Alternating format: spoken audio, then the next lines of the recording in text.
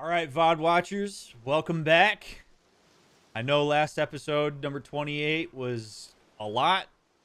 Some really great conversations. We saw a ton of stuff happen. I am sure that 29 is going to be just as wild. I appreciate you being here. Make sure you like the stream. And if you want to leave a comment at some point throughout the video, I love to read the comments. I don't respond to all of them, but I do read them. Also, please consider becoming a member or checking out merch. Follow me on Twitter and all that stuff. And turn on notifications. I'm live at 9:30 p.m. Pacific time if you ever want to come catch a stream. So once you get caught up, come hang out with us. But I appreciate you being here. Alrighty. 3:54 p.m., 49 degrees Fahrenheit up here in these here mountains. And we've got a camp to go check out. See how everybody's doing. Especially after people have watched me kind of go at Dutch a little bit here. Karen's not doing well. She's been drinking a lot since we lost Molly. Hey, Karen. Arthur Morgan. You know, one of the primary coping strategies that we've seen throughout this game is alcohol. Back in these days, there wasn't a lot to distract people from their emotional experience and their grief. Think about now. Today, in 2021, all the things that we have available to us to distract us or help us avoid our emotional experience. We've got phones, we've got sports, we've got TV shows, we've got Netflix, we got movies, we got a million things that we can do to get us away from our emotional experience, which also serves in some ways to lower our distress tolerance for those emotions. Back in these days, really all you had was alcohol. If you wanted to like truly avoid it. So if you get wasted, it's a way to just forget things, lose control for a little while, and not have to immerse yourself in your emotional experience. My guess is that that's what Karen is doing. There is the other side of alcohol where some people will drink alcohol to become more in touch with their emotional experience, which I know we've talked about in previous episodes. But in this case, Karen is absolutely trying to do that to numb these emotions and get away from it. And this is really the only means that people had to do that. So when we see people picking up drink a lot more often than they normally would, it's usually a pretty good cue that maybe something's going on that they're trying to get away from.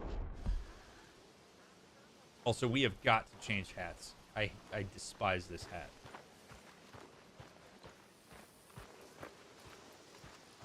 You okay? What is happening to us? Just make this place work, Pearson. For now. Okay. Guess I'll leave you to it then. Okay, Mr. Morgan. So Arthur is in a precarious situation that I am guessing some of us might empathize with immensely, which is that he knows that Dutch is losing it.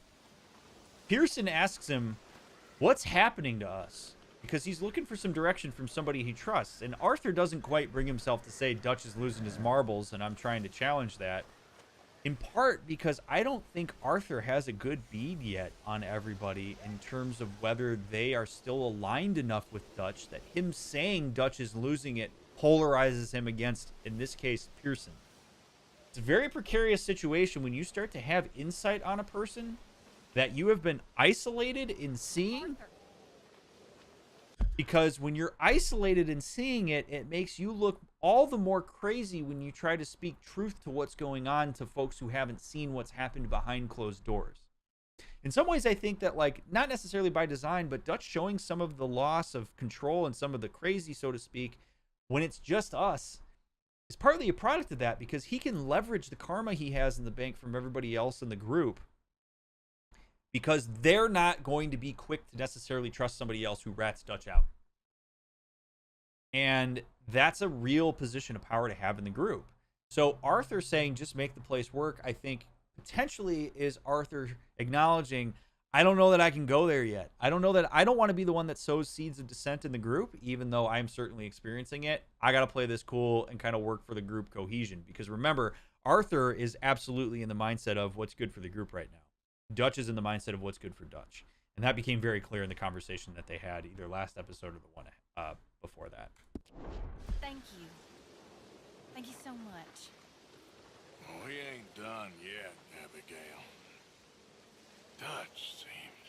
To have lost his mind? And no, Just be careful. I don't have to be careful. I have you as a friend. Oh boy. Okay, so I appreciate that, Abigail, but I think we need to have a conversation about keeping that on the DL because John Marston seems to be Dutch's public enemy #1 right now. She's potentially in danger saying shit like that to me.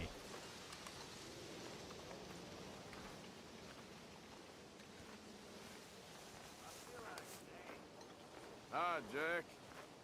Hello, Arthur. How's it going? Micah said he'd take me fishing. Try not to speak to him, okay? Okay.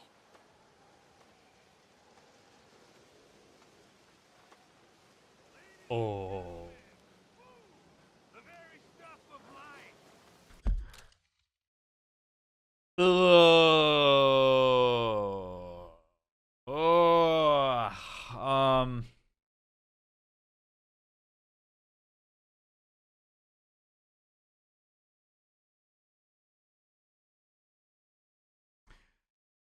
This is way more difficult of a moment than maybe even meets the eye.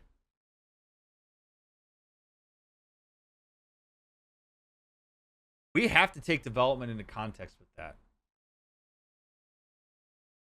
Jack has no idea the political ramifications of hanging out with Micah. Jack doesn't have a conceptualization of all the tension in the group. As far as Jack is concerned, Micah's safe because he's in the group, and Micah wants to take him fishing, and Mike is cool. Okay? Jack is not thinking about any of the adult stuff that we're thinking about.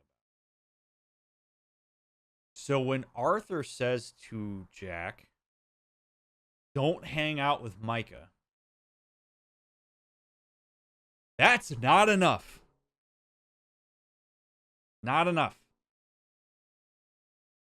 And it's precarious in some ways because it's very similar to when a parent says to a child about the other parent, don't trust that parent, don't talk to that parent, don't do that. A kid often doesn't really understand what that means. And if a kid feels a sense of loyalty to the parent that says that, it's going to scramble them because Jack doesn't have the contextual understanding to know that when Arthur says that, he's really looking out for his best interest. Jack is going to hear that as, why is Arthur telling me not to go fishing when I want to go fishing and this person told me I could go fishing and it's somebody that's in our group? That doesn't make any sense to me. So Arthur needs to give Jack maybe a little bit of more information. Hey, you know, right now, Jack, and he needs to bring Abigail in on that and maybe even John. Hey, right now, Uncle Micah is not somebody that we want to spend too much time with. And if Uncle Micah asks you to spend time with you, you need to come talk to one of us because we're, we got to make sure that it's okay for you to go hang out with Uncle Micah. Like, you would need to take that approach with him. You wouldn't say to him, oh, there's a bunch of stuff and Micah's, trying to wedge his way into the group, yada, yada, yada. But kids need to have some understanding of it that's developmentally sound because otherwise Jack's going to personalize that. Jack may even also think, like, what did I do? What did I do to make Uncle Micah not be allowed to hang out with me? And he needs to understand it's not your fault, Jack. You didn't create this. This is just us trying to take care of you, buddy. There's a lot more complexity to that little exchange than meets the eye initially. Eat, give thanks, and go on with your lives. Come on.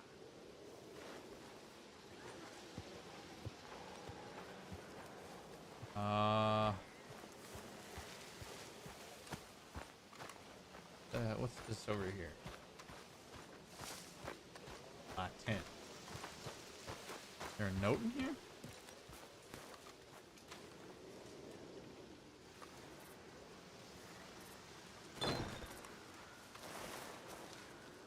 Dear sir, you were once very kind to Beau and myself, and it pains me to ask you to show us further kindness.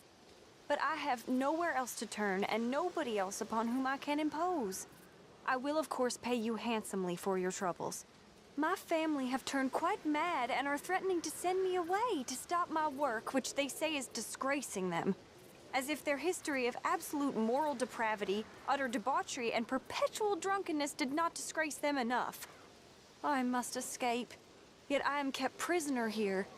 Can you help? Most days I am to be found at the cabins on the plantation. The main house and all it stood for are thankfully no more. Yours faithfully, Penelope Braithwaite. Ooh, I'm down. I am down. Hi, Sadie. Ha, Arthur. Ooh, man. Penelope Braithwaite and my man Bo.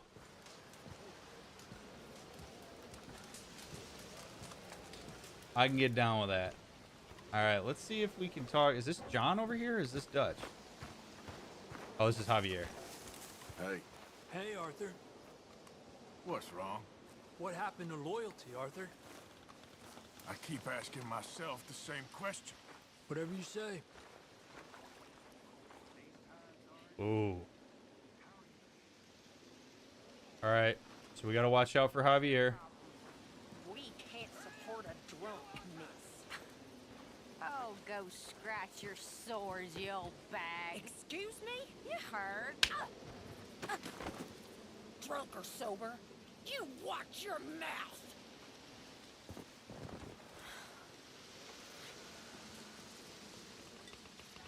Grimshaw really only has power with the women. You notice she never said that to the Reverend, right? Like, she never looked at the Reverend and said, we can't afford to have a drunk around here. She doesn't look at Uncle and say that. She doesn't look at anybody else and say that except for the ladies. Which makes it all the more reason, I think, why Miss Grimshaw is the one who shot Molly. Because I think Grimshaw sees herself as responsible for the women of the group. They're kind of they're a subgroup of the group. And Grimshaw is absolutely the leader. That's as much power as she's going to have in the group. But it speaks to the subordinates of the women in the group, right? Like, you see these group hierarchies and these inter-hierarchies where Miss Grimshaw is the only one who can really, go at the ladies here. She makes the effort to do that, and she sees the women as a reflection of her. And so she says to Karen, don't get drunk, but she doesn't say it to the Reverend.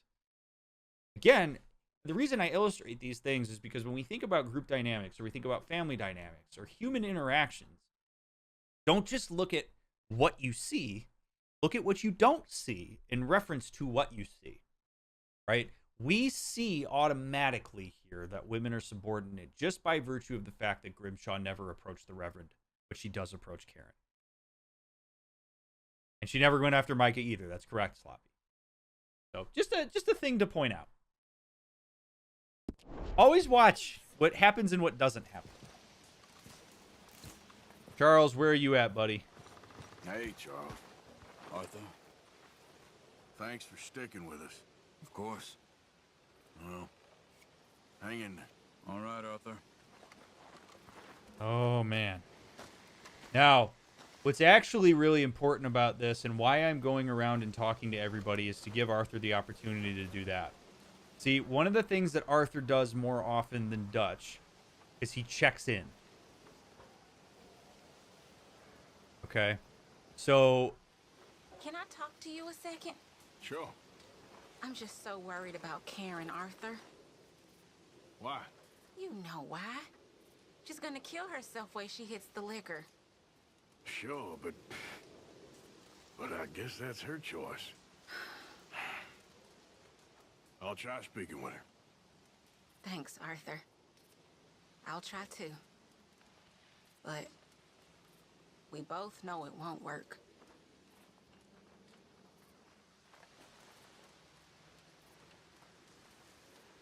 Could that also be to protect Karen, since the world around them has different rules for men and women? She's more concerned with directing and talking to the women than the men in the group. Absolutely, sure. I mean, Grimshaw is absolutely the one who's equipped to lead the women. Absolutely. Absolutely. Poor Karen. Arthur? Oh, yeah, she's not doing well, is she? Okay, so what I was saying is Arthur needs to check in with the group, because if he doesn't do that, Dutch's leveraged loyalty from people around him is going to see Arthur be excommunicated, potentially. So Arthur checking in and making sure everybody's okay shows a point of contact with them that they're not getting with Dutch, and solidifies that, like, the dissent is from a place of, I care about you as a group, and I care about everybody here because I've checked in with you, and because I've made the effort. It's not because I have some sort of personal vendetta against Dutch. And I think that's really key for Arthur to do here, because Arthur does not have the leverage. Hello, Arthur. As much as we wish he did, I still think Dutch is the one who has it. I also just want to point out how absolutely incredible it is that Rockstar decided to make the people's ears translucent. Blows my mind, man. Like, look at Charles's ears. Translucent ears. Unbelievable. Why do you think Micah has the unique ability to spur Dutch into direct participation on Job's mission when typically he's pretty passive? Because that's what Dutch needs right now. Dutch needs unabashed loyalty. He needs to be propped up, and he needs to have his ego stroked. And Micah's willing to do that right now, while many other people in the group are not. That's all. It's easy. Real easy. Dutch is a very easy target right now because he's vulnerable. Actually, you know what? Real quick. I need to take this nasty coat off. And then we're gonna ride.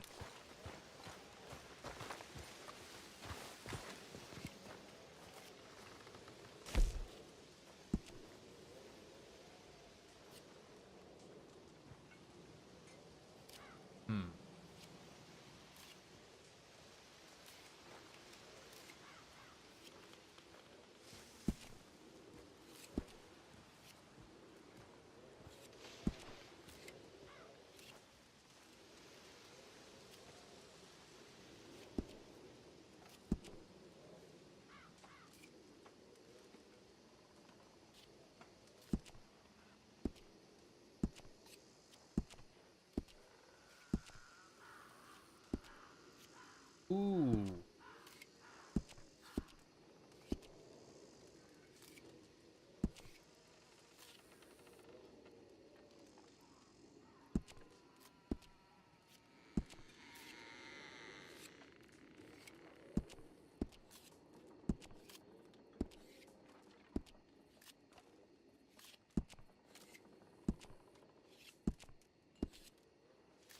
Ooh.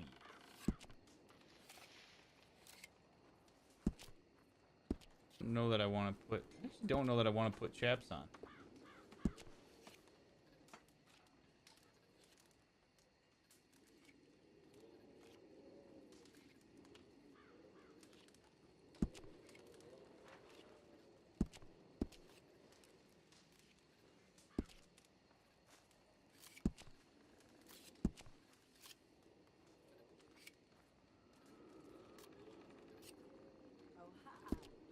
Like that. Weapon equipment, gun belt, Arthur's pistol belt, primary holster, Arthur's holster, bandolier. I don't like the bandolier. Taking that shit off. Not into that. Neckwear. Ascot tie. That's a little too classy for me. Neckerchief. Don't mind that neckerchief with this. Gloves. No. Satchel. Good. Talisman.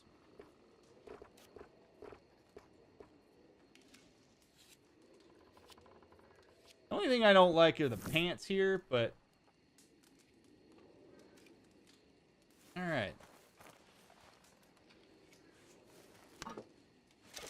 Okay. And... Let's get a good 12-hour sleep. Yeah, Arthur's not looking particularly great.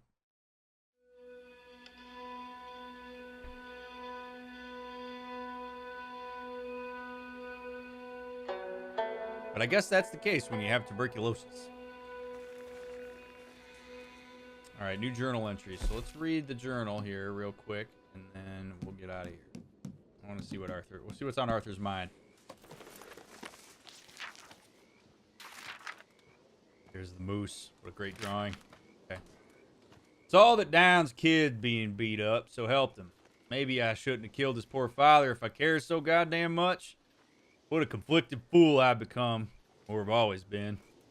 I tried to rescue his mother, who was in the process of getting herself murdered. But then I tried. Maybe she wanted that, I don't know. She looked at me like I am what I am. A killer seeking out salvation. Only I'm not. I don't want saving. I don't deserve it. I just want to help a few folk. Sure as shit I owe her. Felt like I found like a fraud and a fool, but at least I did something.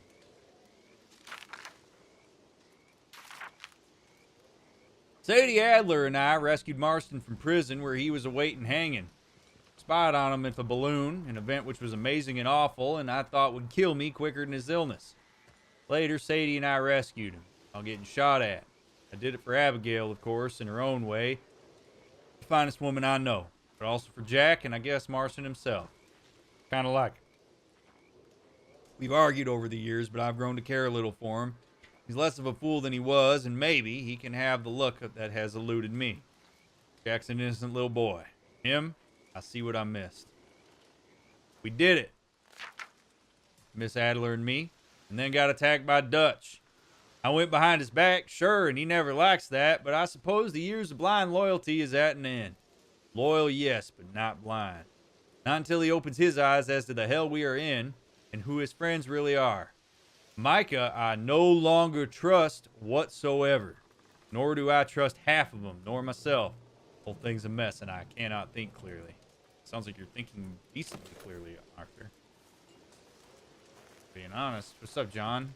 Not exactly a welcome home party. Well, you warned me. I'll fill you in some more later. Anyway, I'll leave you to it. Be strong. All right. Yeah, Arthur's had it. Understandably so. All right, come on, Sinead. Now let's go. Wait, what is this? Companion.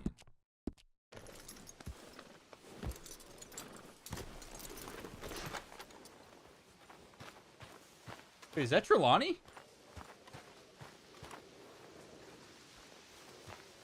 Morning to you. Morning, Reverend. Good morning.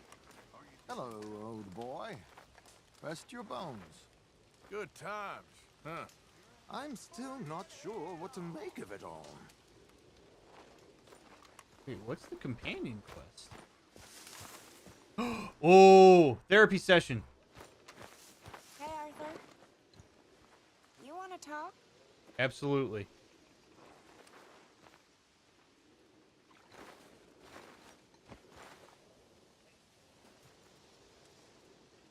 You okay, Arthur? Sure. You don't look okay. I'm fine. What you been doing? Acting like a fool. How so? Hurting and robbing folks I didn't need to. My, you have been busy.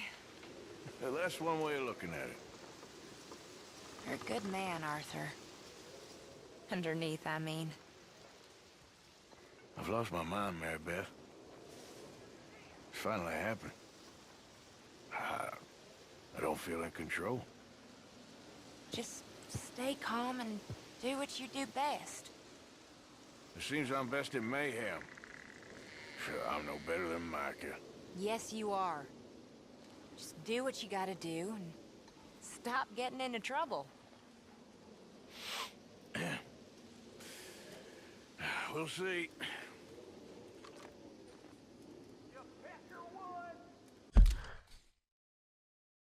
The most important part of that conversation, in my opinion, is when Arthur said he feels like he's losing control. And the reason that that's interesting to me is because I don't think at any point in the game Arthur has ever been in more control. And this is the effect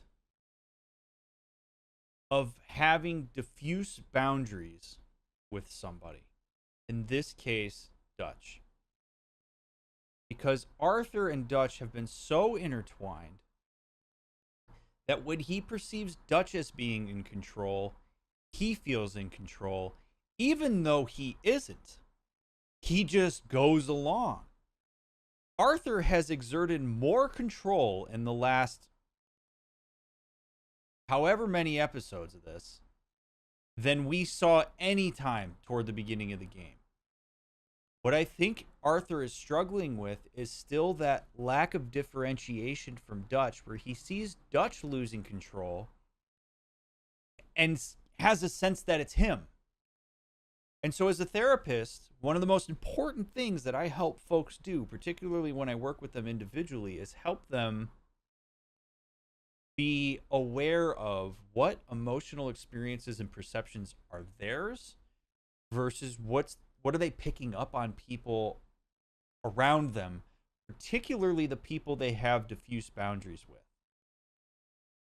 So I'd be apt to look at Arthur and say, hey man, have you considered that it's potentially Dutch that has lost control and that you're just picking up on that? Because my perception of you over the last several days is that you have exerted more control than I've ever seen you exert. And I'm wondering if the fact that you are now faced with the reality that in fact you do have the ability to influence your environment, you do have the ability to cut across what it is that the leadership in the group is doing, that's scary to you because you've never actually thought about that or exerted it before, which is something that so many of us have experienced, I think, at certain parts in our lives where we get freaked out when we realize that we actually might have control in a certain situation. We'd almost rather go with the flow. And I think that's really what Arthur's experiencing right here, which is why that little nugget is so important in that conversation. Right? Like, Arthur's experiencing a lot of new things right now. Is he out of control because of the tuberculosis? Sure. He's got a chronic illness that's kind of taken hold of him. Absolutely. So there are aspects of his life where he has out of control. But there are absolutely instances here where he is exerting extra influence, and that is control. He's starting to say, I'm not going to put up with shit. I'm going to start exerting boundaries. I'm going to start questioning things. Let's go, girl.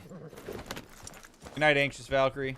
Do you think Arthur's experience with anxiety feels different here too? This being the first time he's broken away from Dutch and is now in the unknown? Yeah, I mean, I think so. I think anytime people experience the unknown, there's anxiety that comes along with it. Like that's literally what anxiety is built on. So yeah, absolutely. I think Arthur is going to experience some of that and is going to struggle. Whoa. Why is this whole area red? Oh my god. Do we actually have to do... Oh wait, what do we have here? Penelope Braithwaite. Yeah, okay. We're going to go... Holy shit. I'm going to go to the train station here, and then we're going to take a train all the way to Rhodes and go to Braithwaite Manor. So let's grab...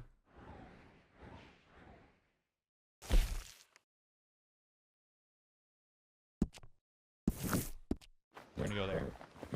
Take a train down. We'll go do the Braithwaite.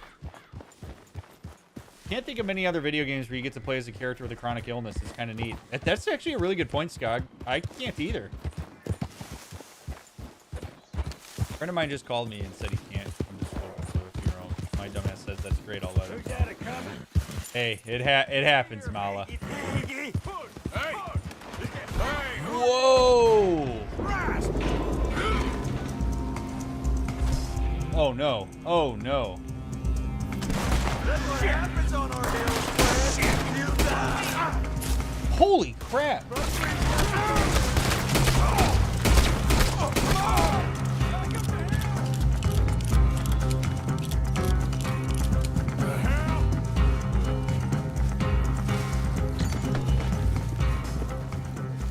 We smell you out in these hills.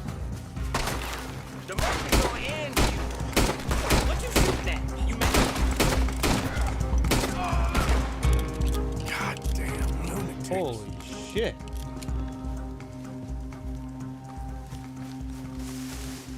Wow.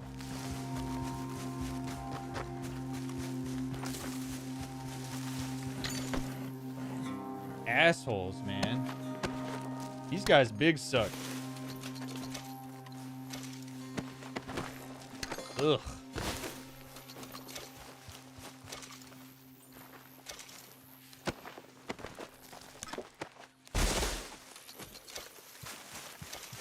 Holy crap. Those guys find the camp. That ain't gonna be great. Yep. I mean, we gotta move soon. There's no way that where the camp is sustainable right now.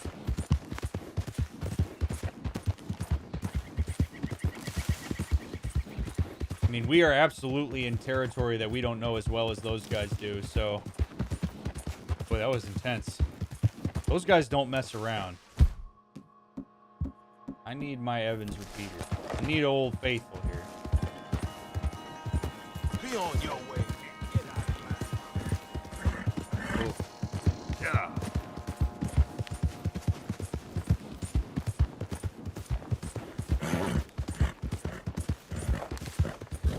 I never loot those guys because I don't like to touch them. I can see that. I can't say I blame you. They're pretty nasty. Come on. You can do it, Sinead. You're good. There, girl. Hey, look at that. Train's in the station waiting for me. Yeah.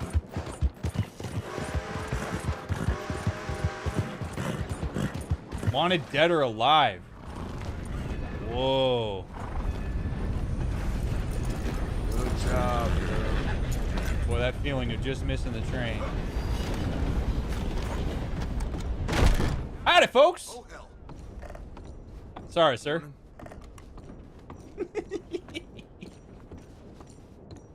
Greetings. Good to see you. Did I even pay this bounty? I can't even pay this bounty off. Holy shit. Oh, All right. dear. Have you come down with the flu as well, sir? Yeah, not... No. What are you talking about? Nothing. It's just been going around, that's all. Anyway, how can I help you? Okie dokie. Let's go to Rhodes. Have yourself a nice trip. Thank you, sir. I'm glad you're gonna let me on the train. Uh-oh. Oh, no. Okay.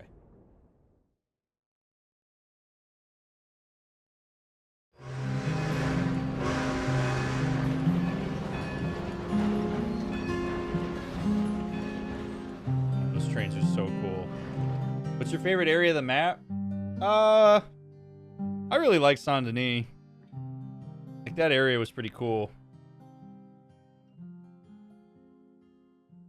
I want a dead or alive right now. It ain't great. We're good. Rhodes Station. I like this area too. Rhodes is pretty cool. I like how like dusty and old it is.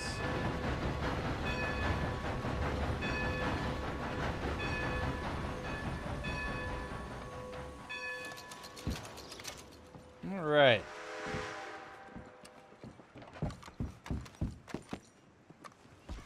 Gen 8, where are you at? Or that's not Gen 8. That's Sinead. Sorry, Sinead. I didn't mean to call you. I didn't mean to call you Gen A. I know you're different. Let's ooh, what do we got? Okay, so hold on. What do we got here? Stagecoach information. All right, we got some shit to do in Rhodes. All right. You're down, Scalawag.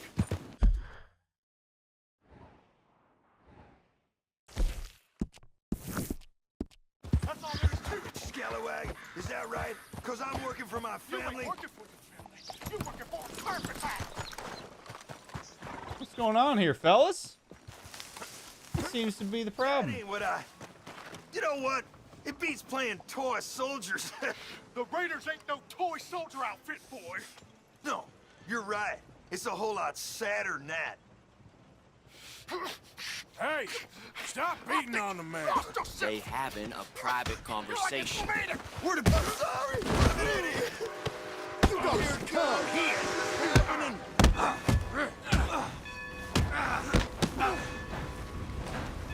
Come to Lemoyne and I gotta deal with the Raiders already? Asshole.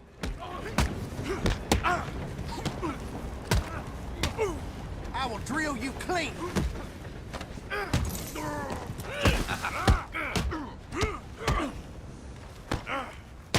Give this guy some TB while we're at it. Mine's best, huh? Oh no, come on. Oh. Has anyone seen Gavin? Freaking Gavin, man.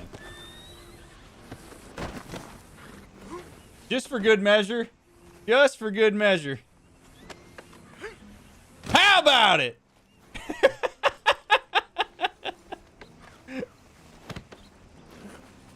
just to add insult to injury.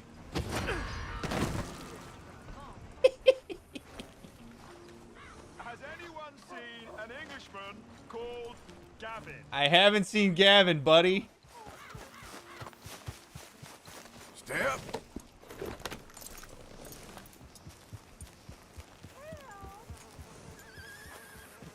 I don't understand why I gotta be wanted for that. Come on. I was doing this. Oh, this ain't my horse. This is not my horse. This is my horse. I'm so sorry. I'm so sorry. All white horses look the same, you know? Yeah.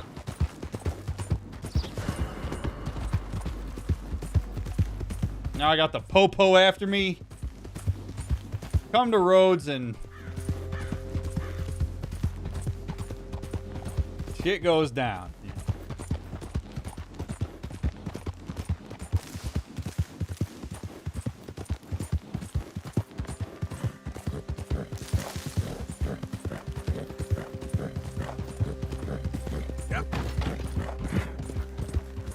All right.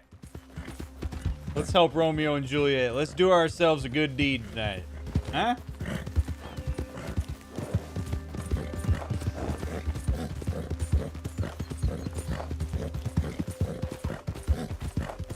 Crops ain't looking too hot right now.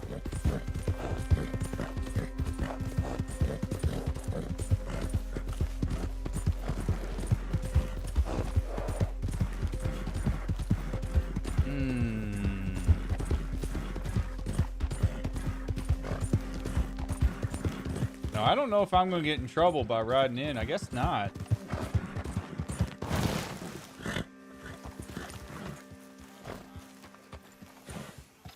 Back when Mary Beth asked Arthur if he was all right, he said he was fine even though he wasn't. Do you think that's a way of him trying to cope with the TB? I think it's him not wanting to access vulnerability. See, the thing is, being in a position of leadership where people are looking at you, a lot of times leaders will conflate vulnerability, emotional vulnerability with actual vulnerability, and will not share it because they don't want to freak people out. I don't know if Arthur's trying to take care of her by saying he's fine, but there's a chance that's the case. I also think that, like, in the U.S., it's pretty standard for when people are asked how you're doing to say fine even when you're not. There are other countries where that's not the case, but it's kind of just an Americanism in some ways.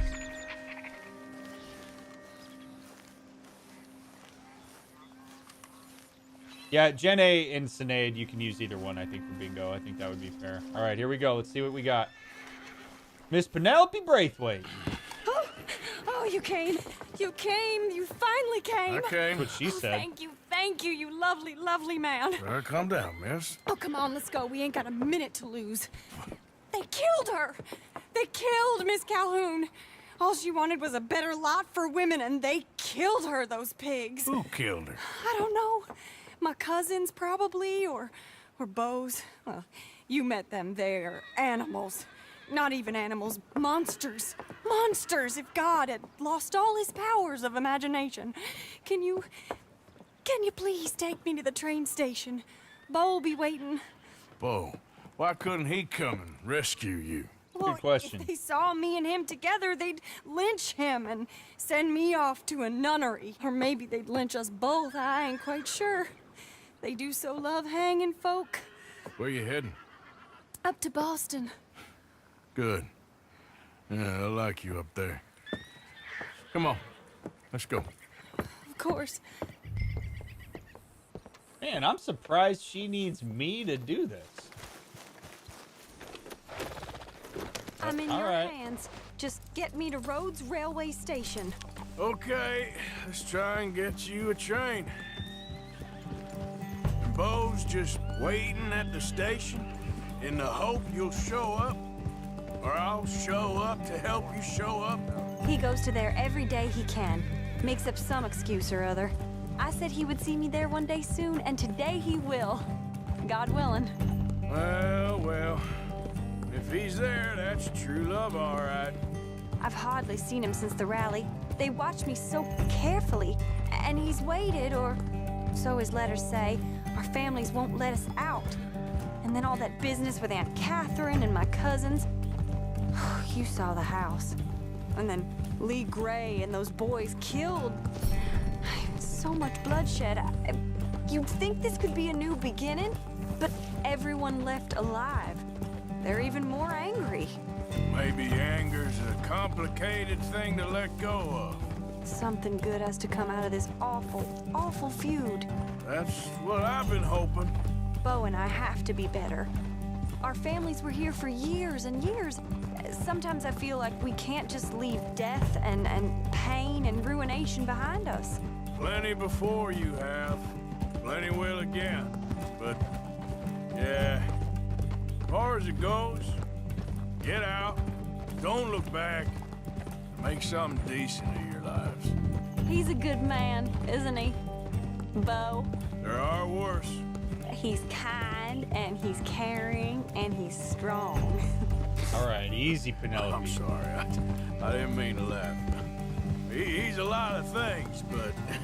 And not strong like you, but strong enough to stand up to his family. Yeah? To be different from folk. You don't know how hard that can be, to say something is wrong when everyone around you thinks it's right. No, perhaps I don't. He is a good man, and he's lucky. You're both lucky to have each other.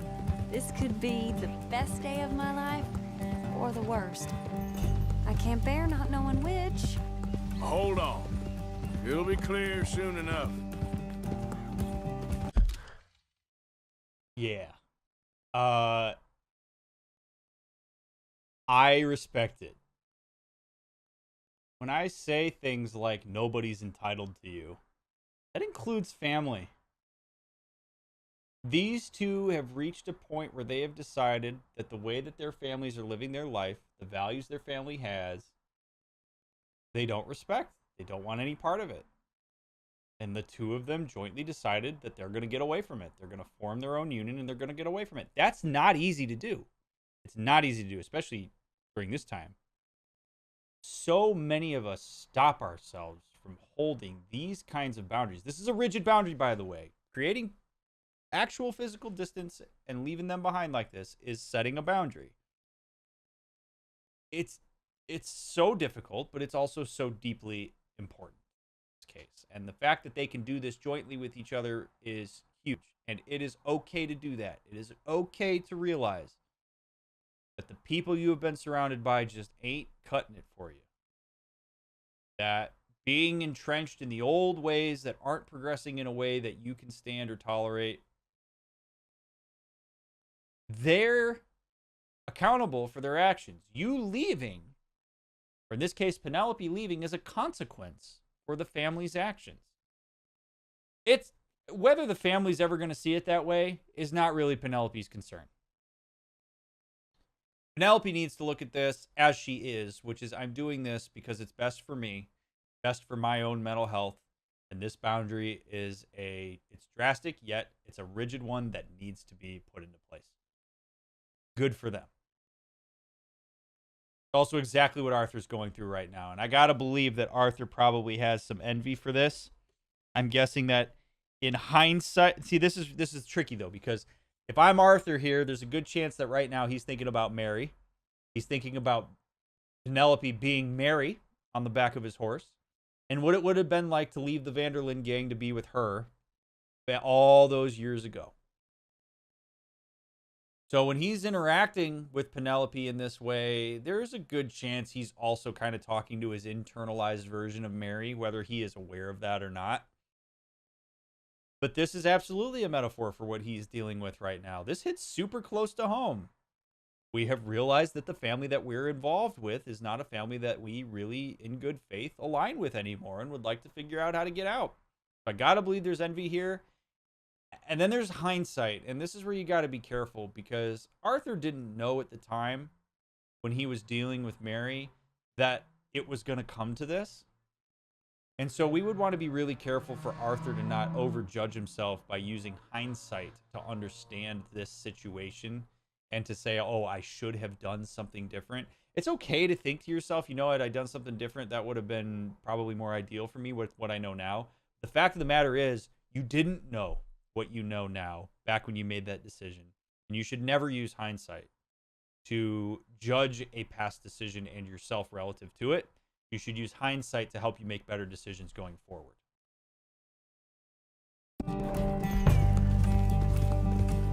Yeah, sure, Katrina, but that's not their problem. That's the family's problem. If the families start hating each other more because Penelope and Bo left, they are accountable for that. That's their decision to make. They want to fight each other, they're doing that. Penelope and Bo are not facilitating that. Penelope and Bo want it to stop. So I would never put this on Penelope and Bo if the families started fighting. The families are accountable for their actions and decisions.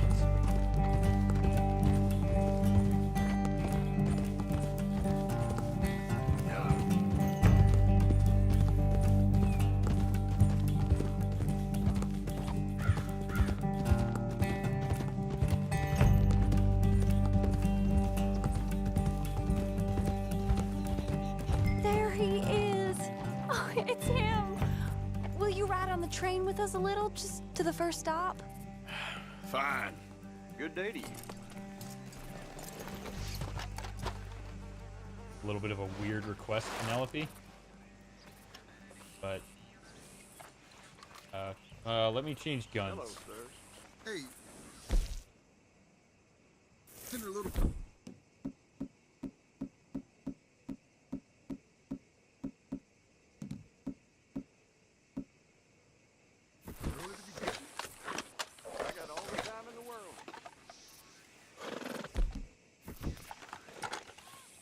I don't know why I'm going on this train with her, but...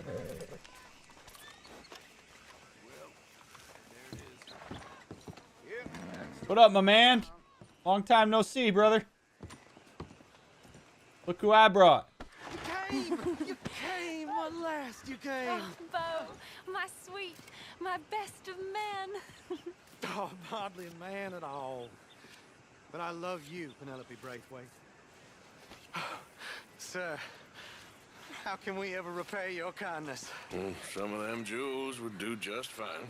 Bo, Arthur's gonna join us. I think we need the support. Please, could you buy the tickets, dear Mr. Morgan? We can't chance being seen. Sure. Thank you. We'll meet you on the platform. Howdy, sirs. Howdy, fellers. Oh boy, something's not gonna go right. Can I have 3 tickets to Saint Denis, please, sir? Of course. Oh, hello, sir. Hello, Alden. I hope all is well. Not terribly, but good to see you. Hey, cousin. No, hey, no, you leave us alone. Penelope, get back. Excuse me, Alden. Here, get on the train. Get your bags, miss. I got this. Come here, Yankee. With pleasure, you goddamn fool. You want to come back here without giving you a whip? We should have done this last time. Get on the train, Paul. Go to your woman. Now there's only one in. Rich people can't fight, man. He just pull a gun on me?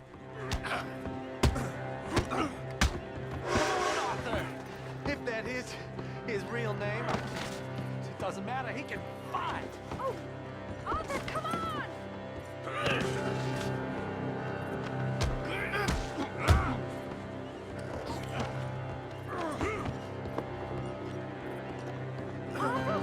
Please get on! Let me beat your friend up real quick.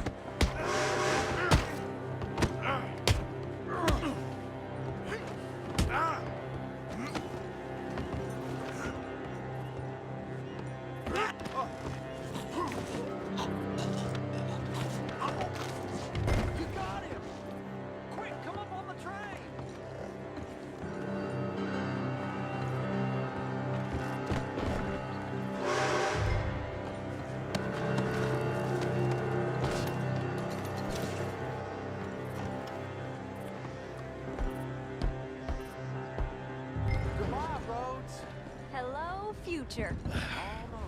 All right, all done.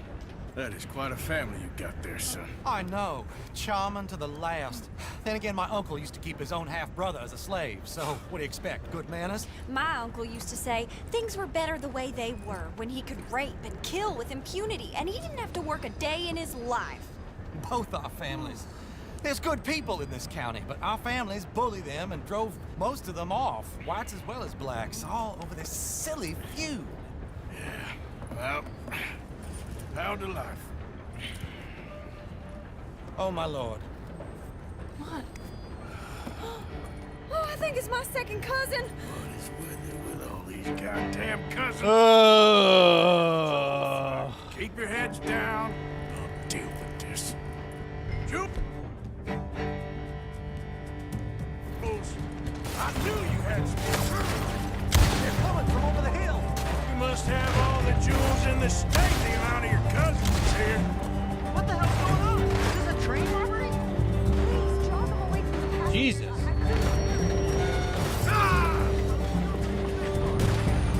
All right, there we go.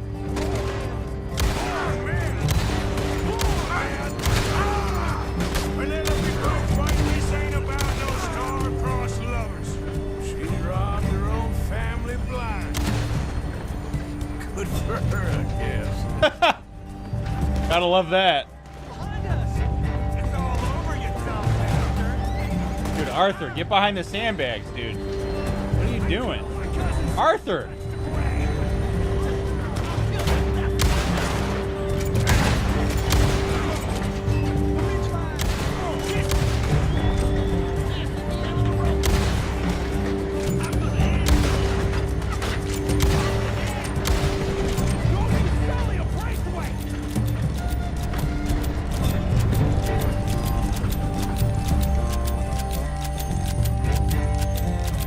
Gotta love that. Robbed him blind. It's okay, all right. Damn those brutes. Damn those brutes. It's all right. It's over. Look. Is that the driver? He's abandoning us. Hold tight, Arthur. Look up front. What will you do? I'll figure it out. Oh, that guy's like, I'm out, man. I'm not dealing with this shit. No way, no how. You guys figure this shit out. Time to start this train again. Damn it, you did run. Remind me to rob your trains, mister. Let's see now.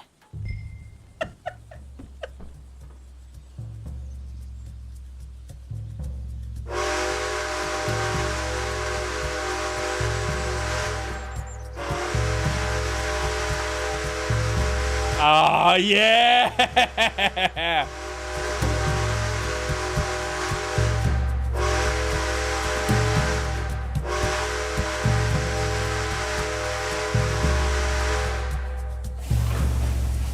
Let's go!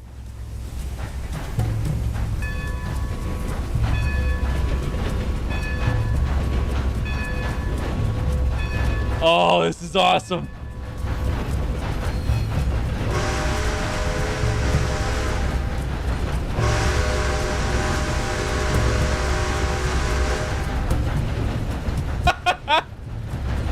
I'm so happy right now.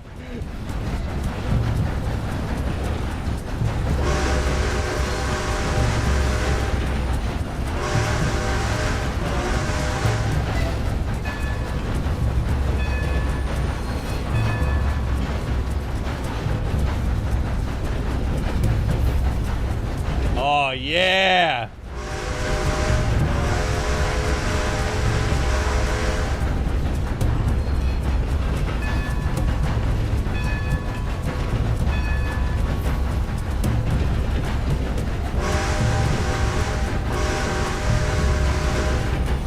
Uh-oh.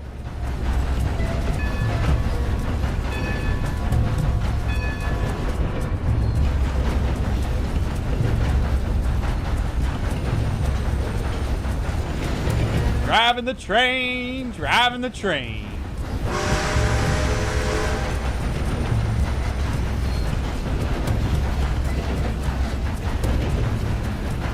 Look at that, with Sinead running behind us.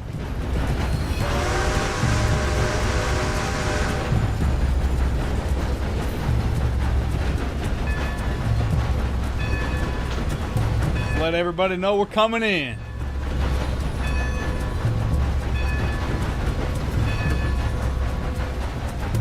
Howdy!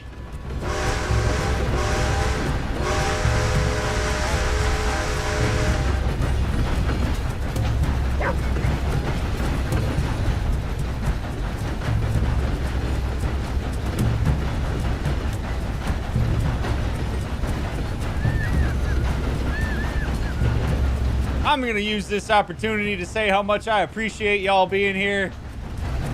If you're here live, thank you for making the effort to come out here and watch me live. If you were watching the VOD, thank you for taking the time out of your day to watch the VOD. I hope you're enjoying it immensely. As a reminder, I appreciate those of you that become members or that send me tips while I'm offline. Thank you so much for your support of the channel. For those of you that have bought merch, I appreciate each and every one of you. Share my stuff with folks. Tell people about the stream. It makes a huge difference. Make sure you hop into Discord. Follow me on Twitter, TikTok, and Instagram. Y'all are awesome. Thank you for supporting what I do. And Matt, thank you for the $3, dude. I really appreciate it.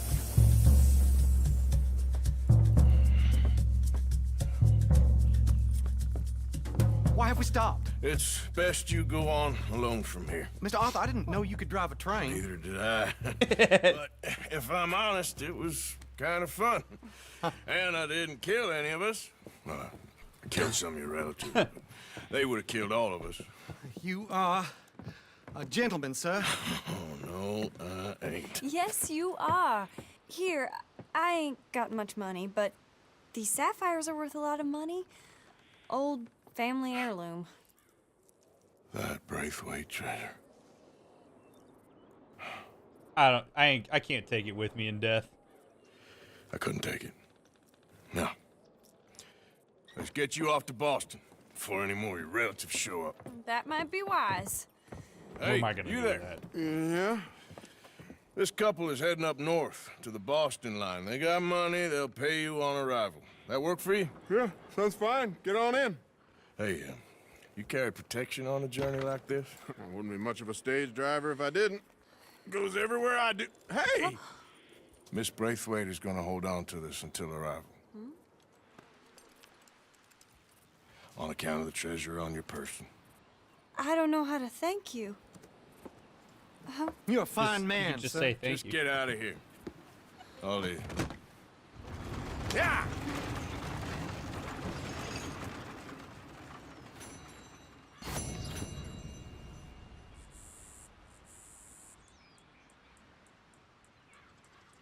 That was awesome. I freaking love that, man. It's amazing to me how, like, operating heavy machinery can just make you feel so empowered.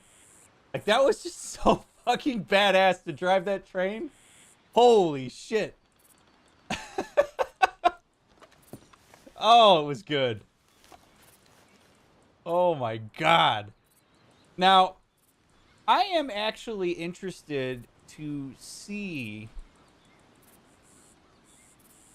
how this translates for Arthur into his own life. Like, when I see him do this, the first thing that comes to my mind is John and Abigail. And I mean, I don't know that we'll ever have any influence on them, but there's really some parallels there. Like, John and Abigail have Jack, and they're part of a family that's not particularly treating them well and that's at odds with them. And it makes me wonder if maybe, you know, you do something like this and Arthur thinks to himself, you know, John and Abigail might use some help. I don't know if they do, Skog, but if they do, I want to do it. Can I drive this again? Can I please drive this again, Rockstar? Please?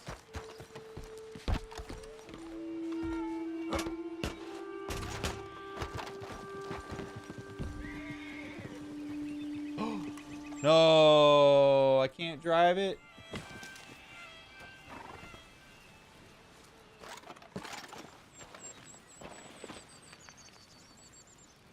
Man, I'll never forget our adventure train.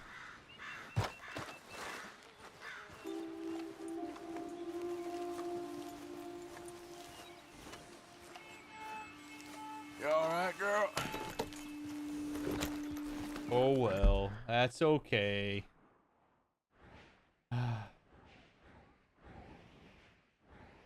Blackwater. Holy shit, man. I didn't even realize Blackwater was actually available to us. That's pretty wild. Alright, so strawberry. Horse fans. I think of where. I don't want to go to Withers.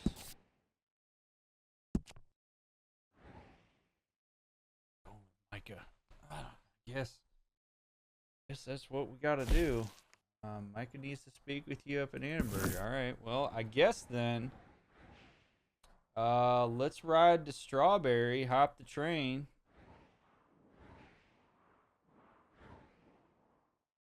And yeah, we'll do it. Yeah. We ain't been up to Strawberry in quite a while, but I reckon we take this street to the left, and that's gonna get us there. I just googled it. It's called Dig This Vegas. Oh man, I'm gonna check that out. Good night, Mona.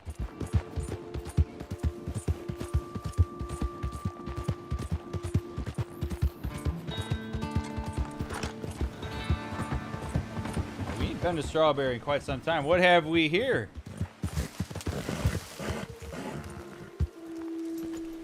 Sir?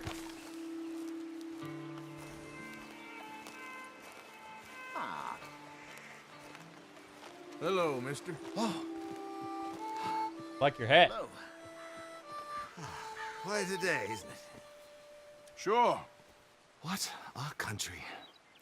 I'm working on a project. Photography. Yeah, I guess that bit. Of course. Wildlife. That's my thing. Or that's what I want to be my thing. If I have to take another picture of a grumpy housefrau or pompous middle-class burger, I will feed myself to the lions. Stand here. Here? Just there. Albert Mason. Arthur Morgan. Pleasure. I'm trying to find and capture images of our great predators before our greatest predators kill them all and stick them on some clubhouse wall. Good luck with that. Yes, not the easiest. But, well, I love a challenge. The trick is to leave a big load of meat and relax and pray they don't mistake me for lunch. Oh, good heavens! My bag! That thing is robbing me! Oh, good heavens! Don't worry. That thing is a coyote. Sneaky one, too. Wildlife photographer. What a knucklehead. Alright, am I gonna have to kill this?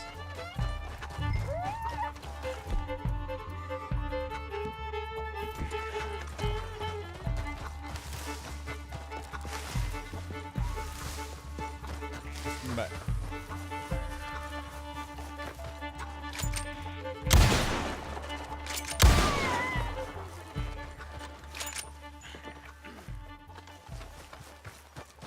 Fire a couple warning shots. Don't think about coming back. Give me that bag.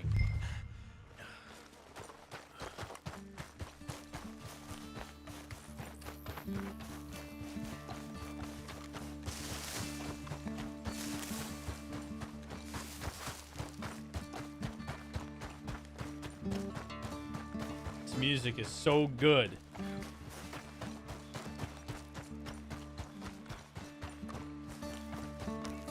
Well. Got your bag. Oh, good. Oh, thank you, sir. Bag full of meat will tend to bring out the worst in the local population. You are a gentleman. The bag also had a lot of my supplies. You've saved me days. Can't thank you enough. Thank you. Don't worry about it. You take care, sir. I ain't the one trying to get myself eaten. I realize I am a fool. Forgive me. And thank you very much once again.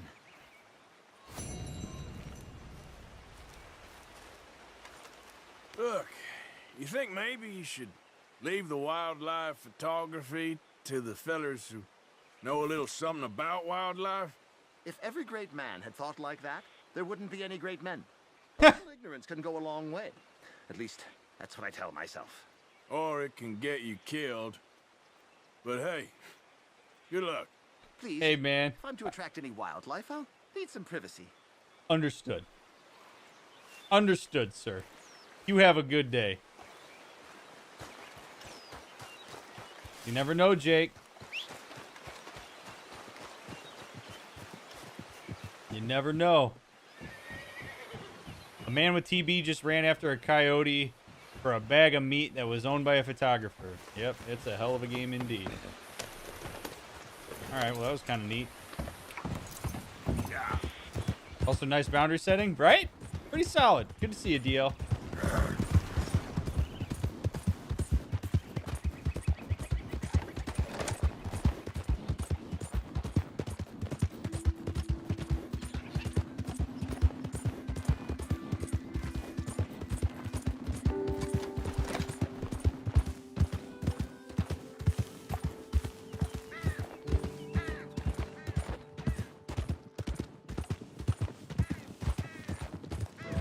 This place.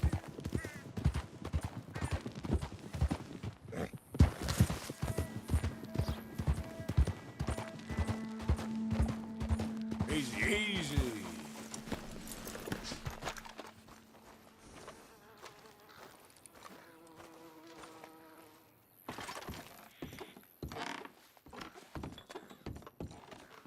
Looks like an old church.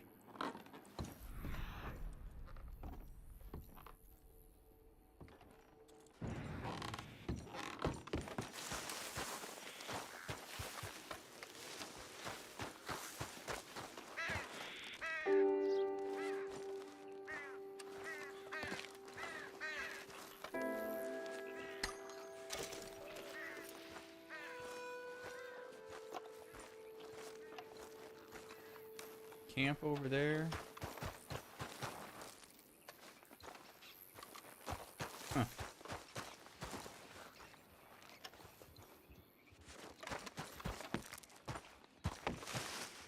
Hey, Sinead.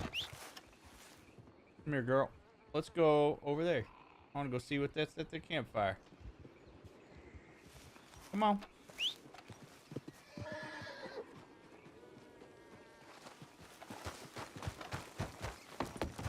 Let's go, girl. Yeah.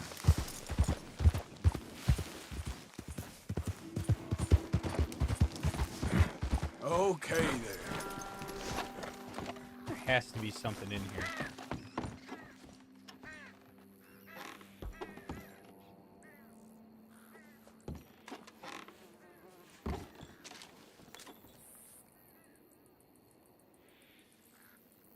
Riding attentive, zero. What? Riding attentive, zero ice, young ago, civilization, occasion, morning, English school, winter, industry, two heathen, wilderness, iron, noise, teacher, English reservation, blanket reservation, eat afterwards, temerity, hope, hate, ice, soldier, treason, reckoning, eat, English, sedition, sickness, temperature, alive, nation, drought, government, united, army, read, daughter, water, help improve stomach progress, English rations, illness, night, generosity. Appreciate language, learn natural illness, grown, help, tree, tools, history, ancient, test, walls, English, scarce leaves, eat, earth, primitive, insect, nothing, only understand, remember, grass, rebel, answer, valley, eat, father, 8 teeth, hair and clothes, rock fort, oblige, useful, guard, heavy, tent, anyone, neck, die, island, eat, drink, special, old, quiet, under, idea, chill, knowledge, longer, young, mother, outside, treasure, home, eat, rain, discipline, illness, eat, school, soldier, live, order, whoa. Okay. Yep. Makes sense to me.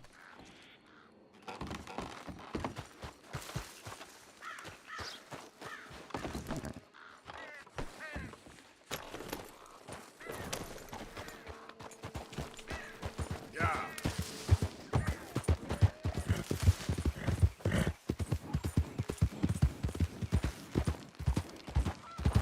Oh, shit! Oh, my God, girl. I'm so sorry. Woo-hoo-hoo-hoo-hoo. A little intense.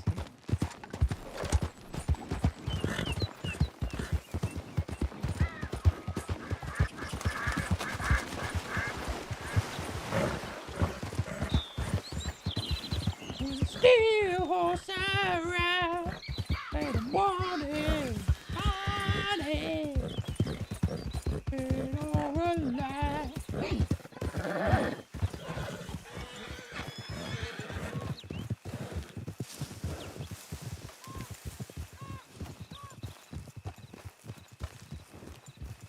Whoa, easy. Son of a bitch. No! No!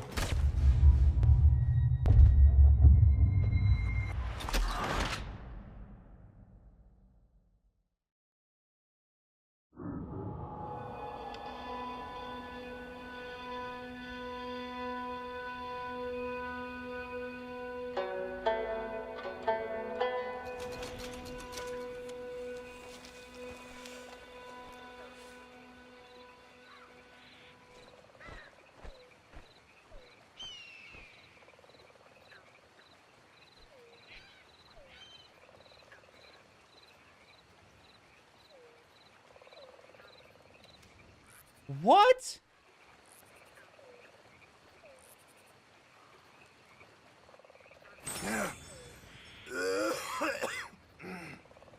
Oh no.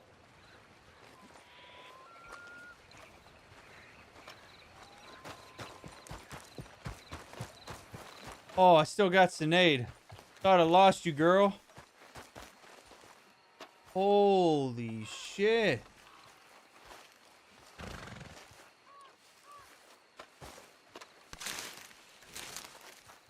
What the hell happened? I mean, I guess I knew that, I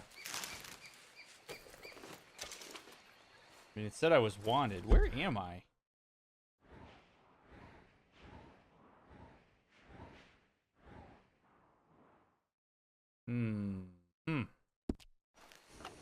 So maybe don't go to Blackwater? Okay, my girl. Thank God you're okay, Sinead. Yeesh. Yeesh.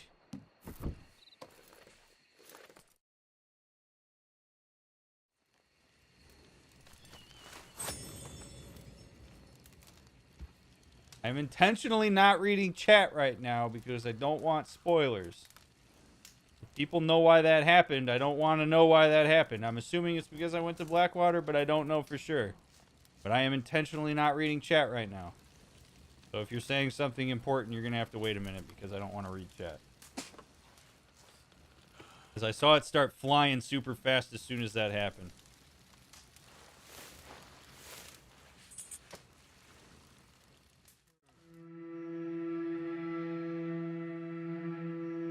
Jesus.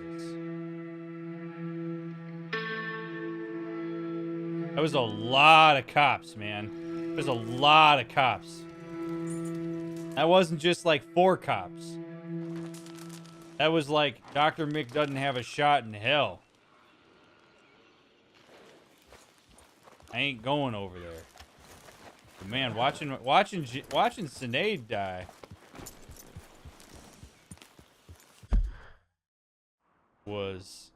That wasn't great. Didn't really enjoy that.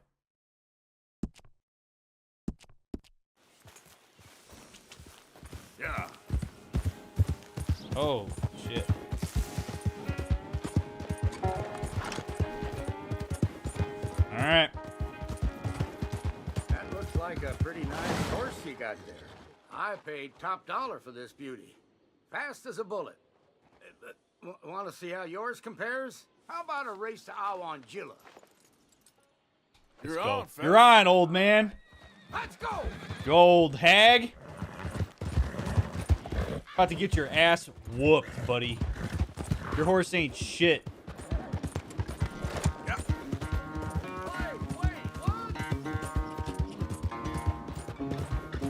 Easy.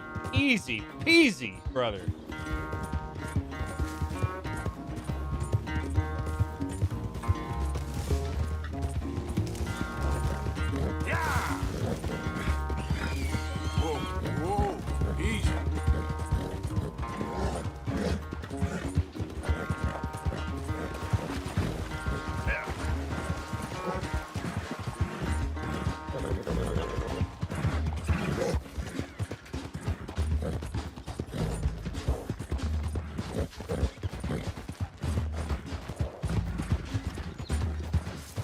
Come on, girl. Come on. Oh, no! No! What'd you think of that, huh? Ah! That was my mistake. Yeah. No. Come on. Yeah! Learn to control your horse, brother.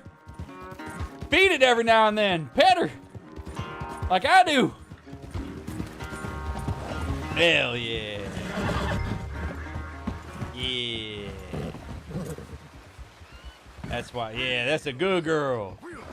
That's a good girl.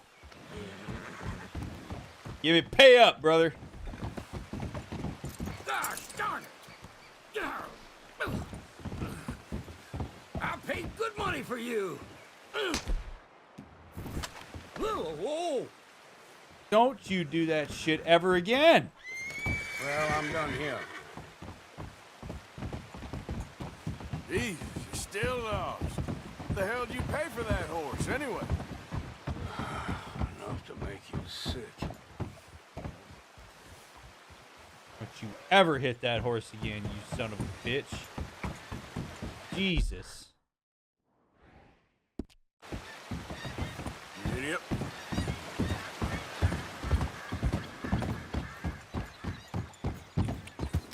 I mean, the guy doesn't deserve to die for that, but come on. That horse ain't at fault. Your fault you paid that much money for it. Idiot. You buy a living thing. That's what happens.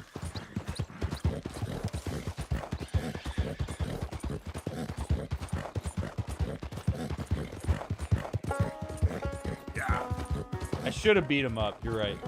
Should have beat him up. Fenced the horse, but he's gone now. I got bigger fish to fry.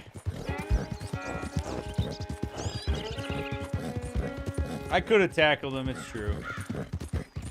Maybe shot his foot. But I don't know, man. Like, unless I know for sure that I can separate that guy from the horse, I don't know that I actually would have done anything effective there. Yeah, just disable him for life. That's fine. Don't kill him. Just disable him. Strawberry. Good old Strawberry. I ain't been to Strawberry in some time.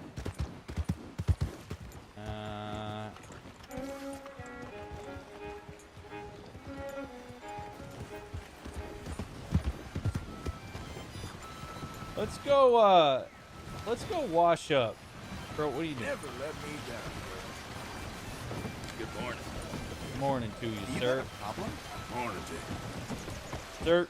Hey, mister. Excuse me. Leave me alone. Got nothing Excuse me, sir. Gonna tear you What a cool bridge. This bridge is I awesome. gave you a chance. Hey.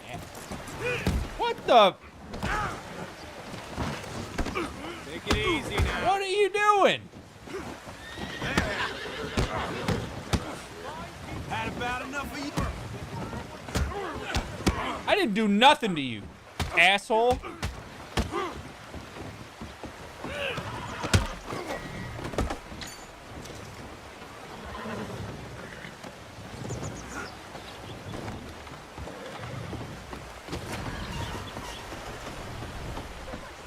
I'm hitting the wall. Oh,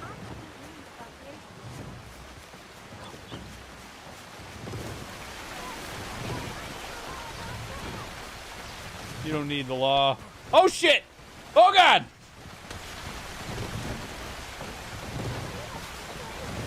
Y'all ain't seen nothing. You ain't seen nothing about nothing.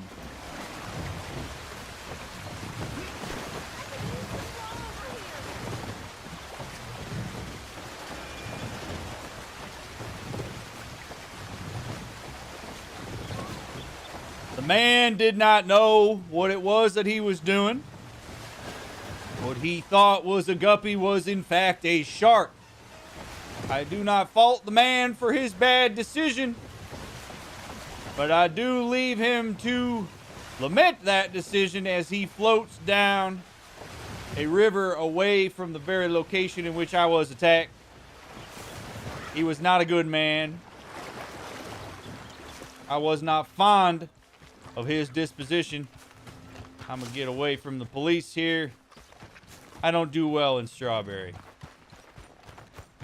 Don't do well. We're just gonna lay low here behind this rock.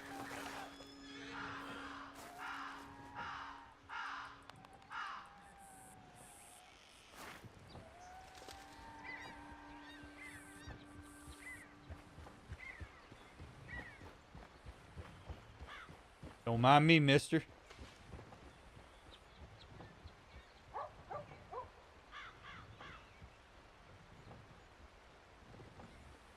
Is that the first eulogy that we've actually gotten through?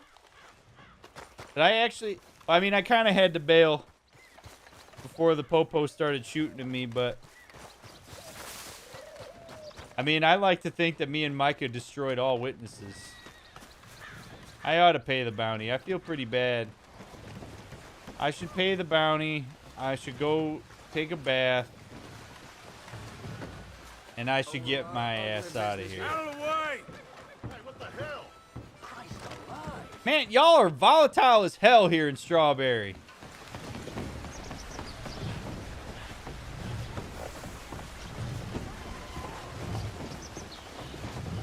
The man just wants to get his hat.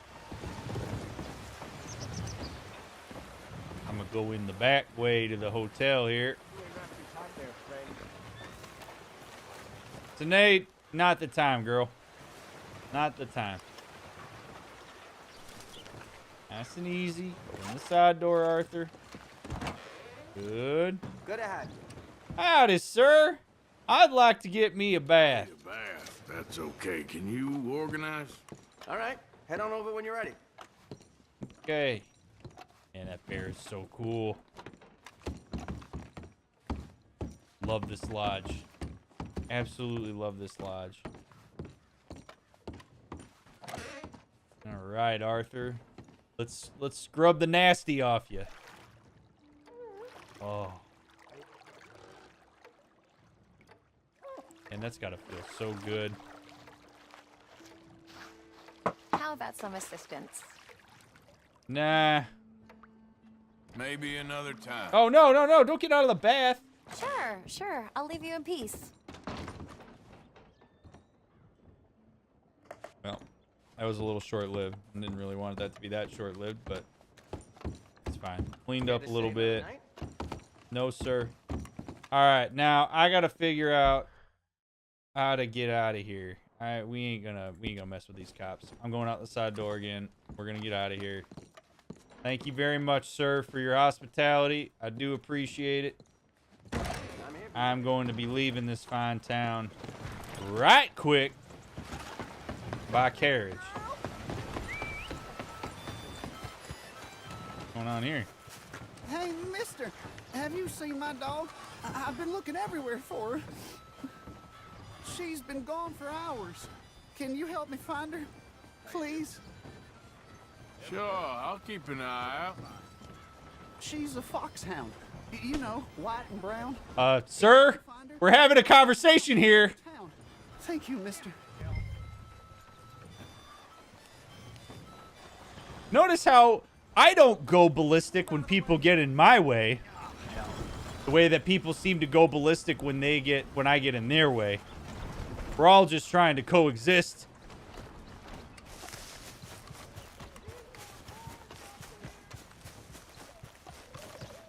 Lord. All right, where's this guy's dog at? Man. If I find this dog in the next 5 minutes, this guy just sucks at dog finding. Strawberry sucks. You know, I don't think it's any coincidence that I'm deathly allergic to strawberries. And I come to the town of Strawberry and it's just complete ass town all the way around. Talk to you today about the great miracle of holy passion. Yes, passion. I'd love to hear about the passion. It is what drives us all. Yes. It is what drives me. It drives me to serve you, to bring you the great news. The great news that you are saved today. if only you will follow me and do as I say, so we can spend eternity together. You sound so passionate as you speak about the thing that you like. Morning to you. Hello, sir. Do you want to be saved? Yes. Absolutely. Yes. Desperately. Well, that's wonderful news. You are. That's really all there is to it. Just do more good things and less bad ones, and we can be together for all of eternity. You and me? Yes. Forever? Great. That's all, huh? I just had to tell you I wanted it, and you obliged. All right. I look forward to a eternal life of passion. I'd appreciate a little more room here. Okay. Joy. I guess we have forever. We have infinity to get closer. Together, hope you won't be stirring up more trouble around here. Trying not to. There must be some mistake. Yes, a great light that shines from within, about the great glories of life. Yes, Lord, That guy is something else. I embody through my relentless passion. Your relentless passion. The dog! I hear you.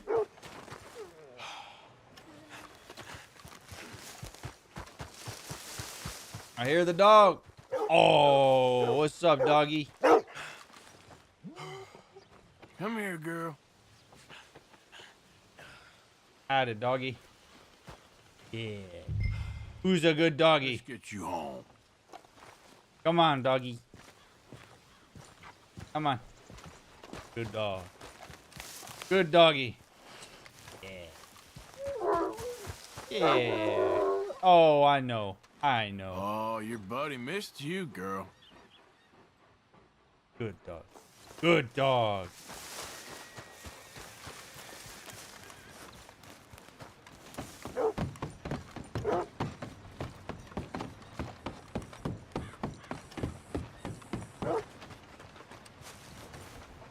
Come on.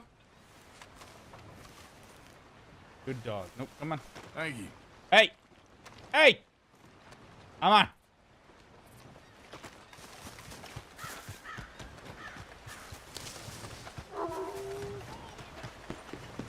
You found her. You bet your ass I did. I only had to, you know, look for like 2 seconds.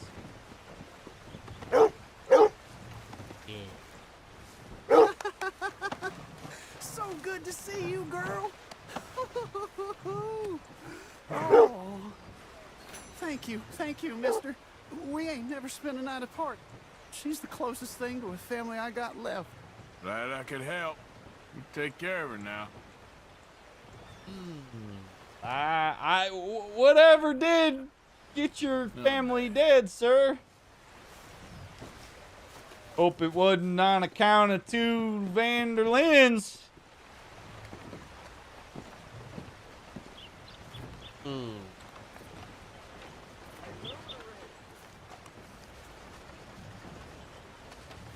Hello. Hello. Hello. So, how are you?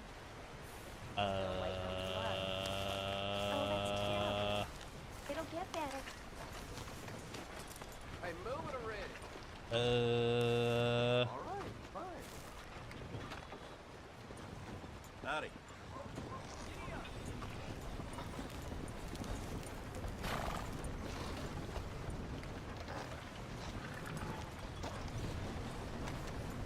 Hi, mister.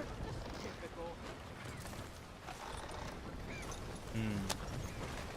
I'm nervous about the popo.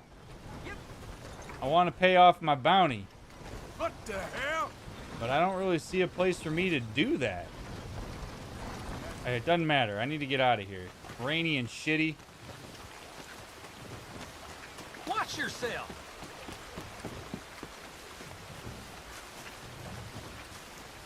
And we killed basically everybody in this town. So that kid not having a family feels pretty bad, man.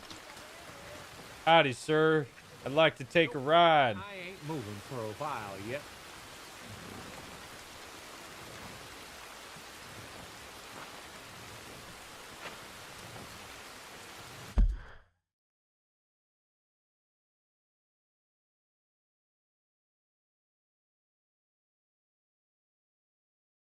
Do I gotta talk? I mean, I guess I gotta talk to the cop? Oh, God. Oh, God. Oh, God.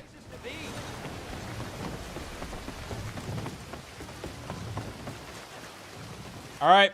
Pray for me, chat. I would like to just pay my bounty. That is why I am here. I am not here to stir up trouble. Hey, wait a minute. We've been looking for you. Hold on, hold on. Come on, let's just talk this through. Come on. It's only $5. It's only $5. Wasted. Am I in jail now? Yeah.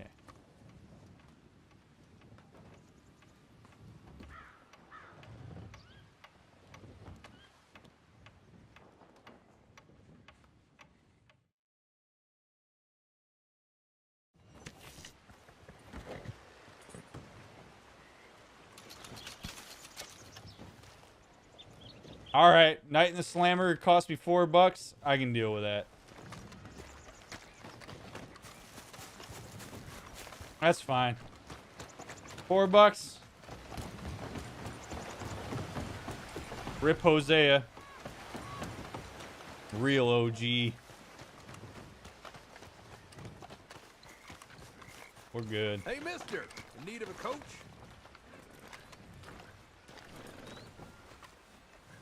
Can I get a ride, please, partner?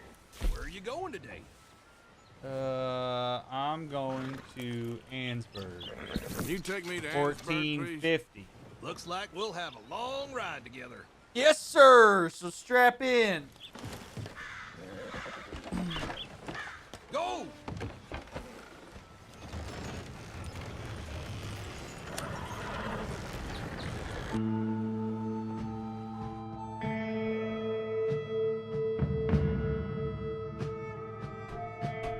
Should get arrested more. No shit. You get 2 hots in a cot.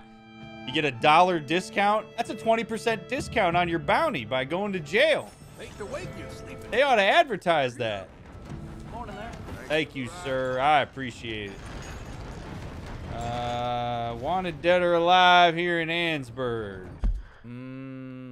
Okay. Micah, what do you got for me, brother?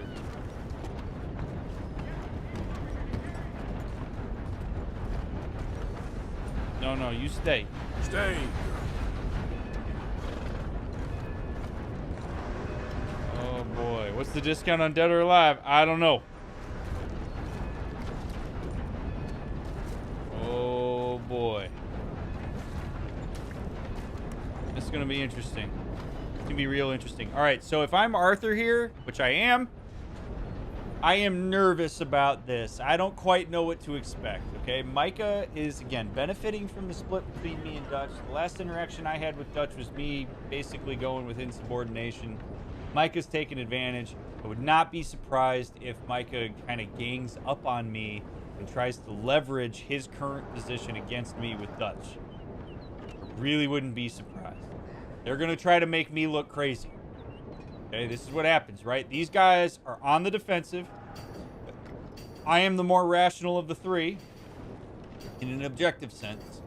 Their entire goal as a dyad is to make me feel like I'm the idiot and I'm in the wrong for what I've been saying to them. So we prepare for that by remembering why we're here. We remember our values, our convictions. We don't let their anxiety and unraveling be our problem. Was you followed? No. Was you followed? I said no. Okay. What is your problem? What is your problem, partner? You don't look so good. What is wrong with you? Nothing wrong with me. I'm fit as a fiddle. And not inside you ain't. I'm just a realist, friend. Micah reckons there's a rat. Oh, does he? On what evidence? He's only back a minute. Pinkerton show up. We've been on the run since you two fools went crazy in Blackwater. We barely escaped with our lives in Saint Denis. Now we got a rat. Well, Molly clearly talked, but who else? Maybe we pushed things too hard. Whoa. Maybe time for folks like us is past. We don't need a rat. We got sloppier than the town drunk, and they know who we are, and where we are, and what we're doing. Way I see it, best thing we can do is let the week go. Move on, get our money, and start over. That ain't happening. Well, something's gotta happen, and fast. Otherwise, Cornwall, them Pinkertons, they've got us penned in here, and ain't none of them stopping. Well, Cornwall's why we're here.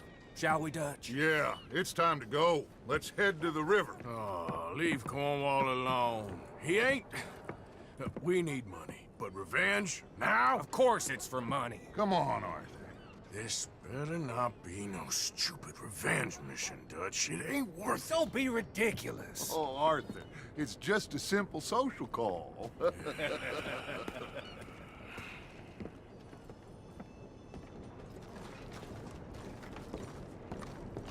So, what are we gonna say?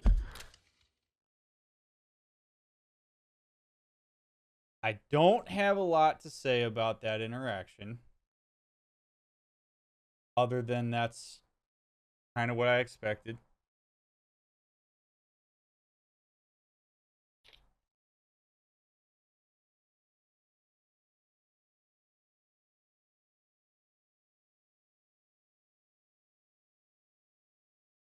This is absolutely for revenge. I mean, that's stating the obvious.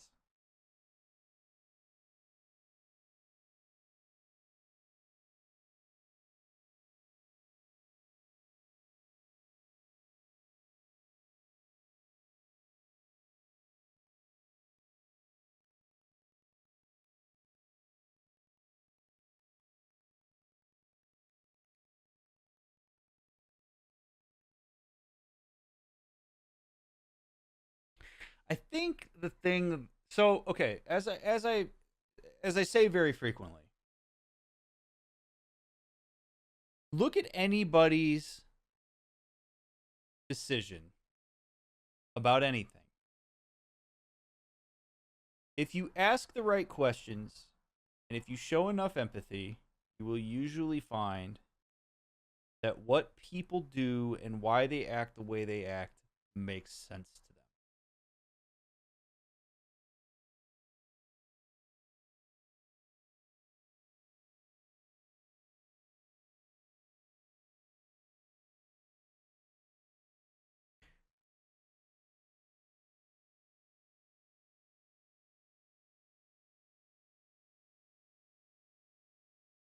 Micah pushing the narrative that there is a mole after Molly was found out does not make a lot of sense to me for any like operational story reason.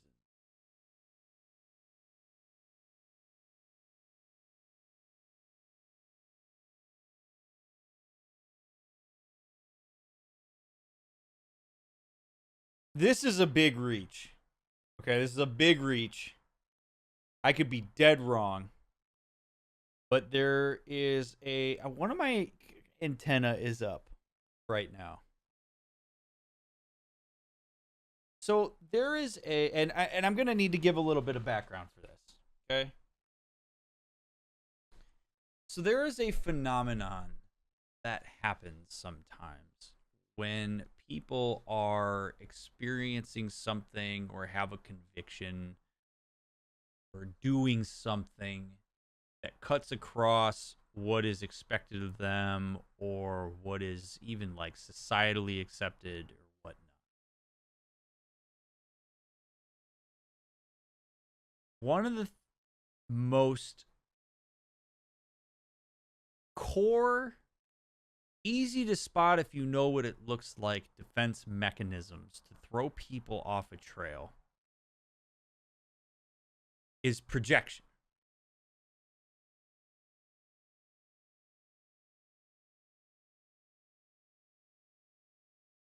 Projection in this form being I have either thought of something or I am doing something, and as a way to get people off the trail of figuring out that it's me, I'm going to say that it must be somebody else, or I'm going to actively hate that thing so that people never suspect that it's me. One of the common things we used to see, or one of maybe the more stereotypical versions of this that we see, is when a person who is gay is incredibly strongly outwardly homophobic as a way to deflect the idea that they themselves could be perceived by others to be gay.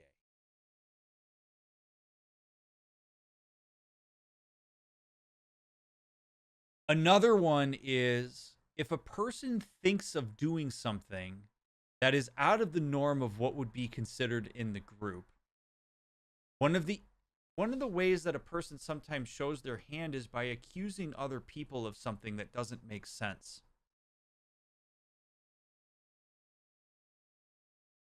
I am saying all of this because there is a part of me that wonders if Micah is the mole. Where he has decided to inflict chaos in the group for whatever personal gain he has, that he is tipping off the Pinkertons. And and it is a way to defend from being the mole, he is strongly pushing the narrative that there must be a mole. Because why on earth would the mole push that narrative? You wouldn't want people looking into there being a mole if you're the mole.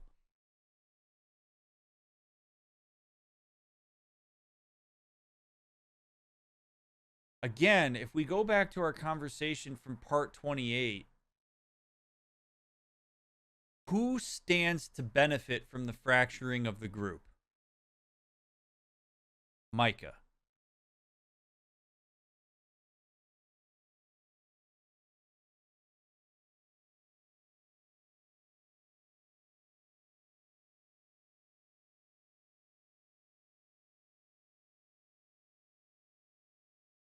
It's in my head. I could be completely wrong.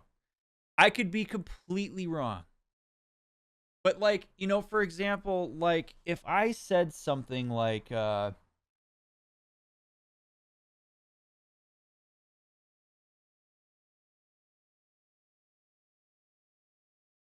to think of like a real world example of this. The only way that people have it in them to accuse other people of something is if they've had it represented before or if they themselves have thought of it. And so if you start to project things into a group or onto a person that doesn't make sense for that person in any way, shape, or form, it generally means it's because that person has thought of it. And so at the very least, chat, by Micah pushing this narrative that there is a mole, even after Molly was killed, it tells me that Micah has at the very least thought about it before. Whether it was, what if I did it? What if I ratted them out? Or he's seen it happen before. But Micah has thought about it. Because it wouldn't make sense for anybody in the group at this point. And so if he can even instill some doubt about Arthur and fracture it further, right? Like we see, this picture on the screen right now is a very great representation of the current leadership status of the group. Okay? Like the group of people that were impenetrable for a person like Micah to get their way to leadership was Dutch, Hosea, Arthur, and I'd say probably John to some extent. Well, Hosea's dead. John got arrested and is kind of like against is not looked favorably right now. So we have Dutch kind of isolated with Micah, who's giving him unabashed loyalty. He represents the antithesis to Arthur right now. And it's a really slick move on his part to play Dutch up, instill doubt in the group, to say that there's a mole, to get everybody looking around and pointing fingers at each other going, it must be you. And Micah, meanwhile, doesn't look suspicious because he's the one that spawned the idea. It's a greatly defended position for him that allows him to benefit immensely. So I do not trust Micah in any way, shape, or form, and I am inclined to believe that there's a chance that he is actually the mole and he is feeding information outside of the group to where we are.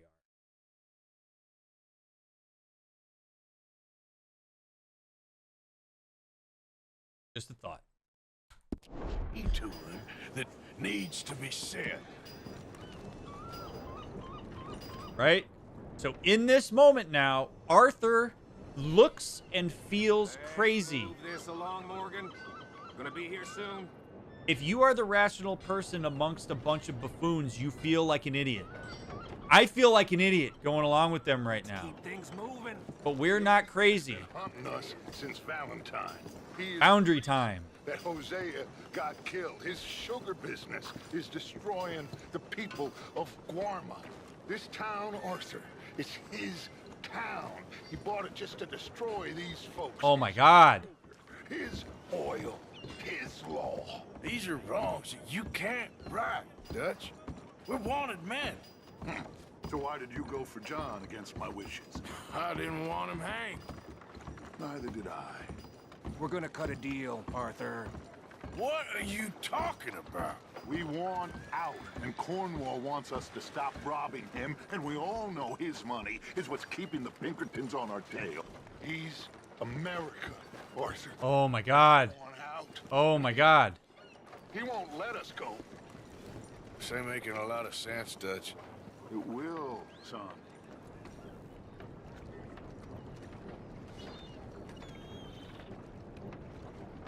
Fuck you guys, I'm out. We don't have all day, cowpoke.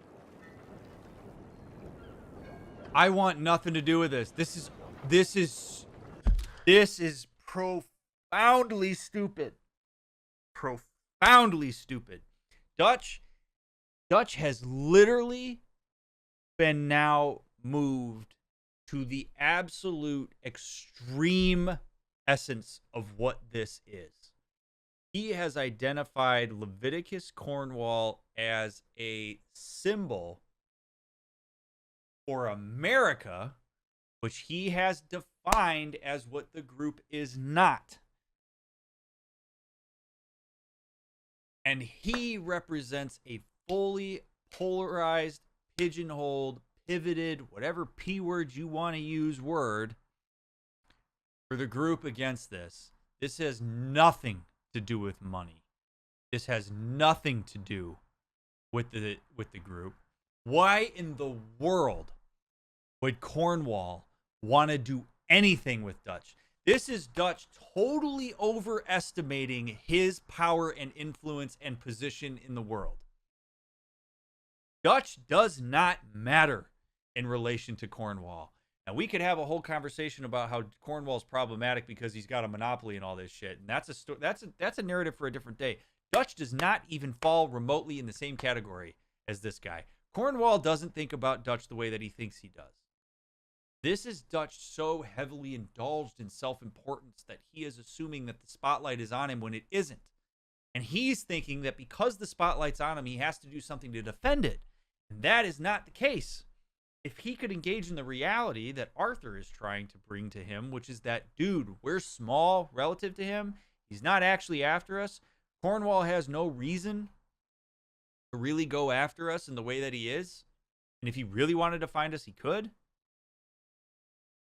We would make a smarter plan here and we would avoid the shit out of this. We would figure out how to get money and actually leave. Dutch ain't thinking straight. If this was about getting the group to safety and about maintaining the group integrity, we would not be making this move right now. And the fact that Mike is egging him on doesn't sit right. I hate everything about this. I hate everything about this. It will. A deal, some noise, and then we're gone. You can't talk your way through everything, man.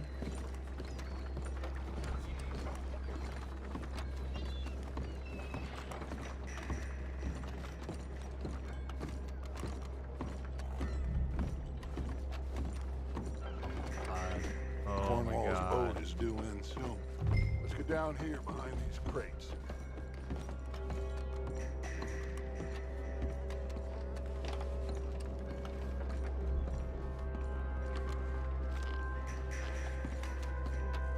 Arthur, I said get yourself hidden.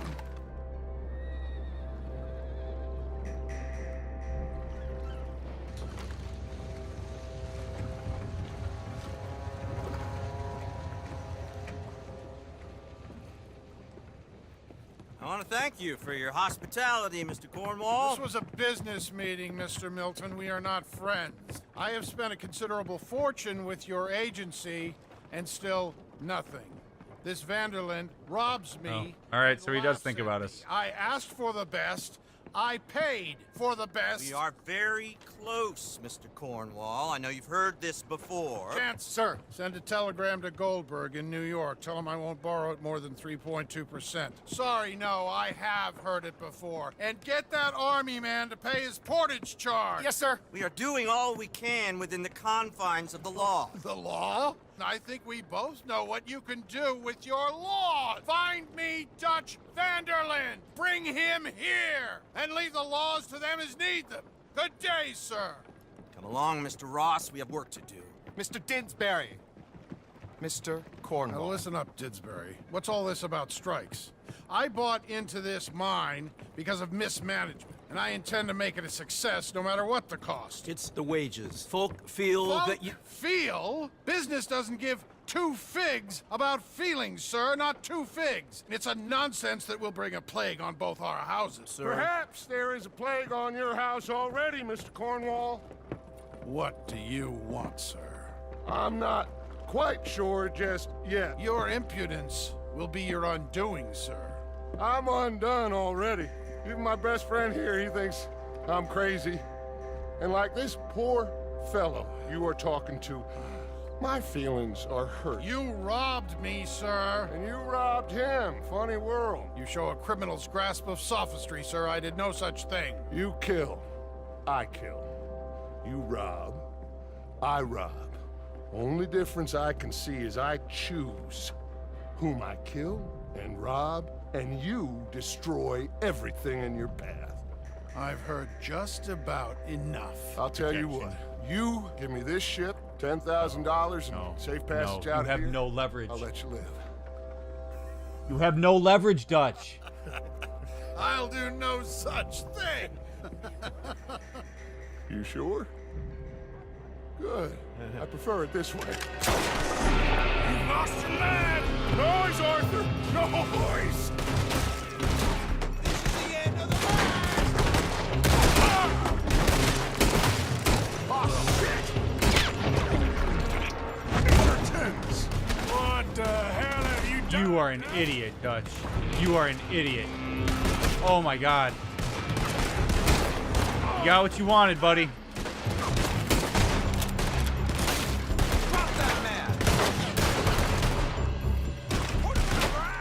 Where's Micah?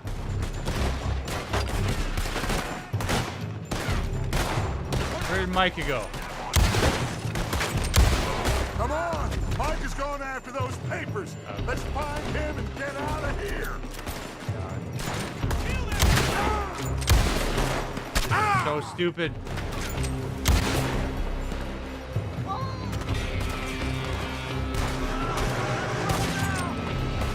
They're shooting from that building.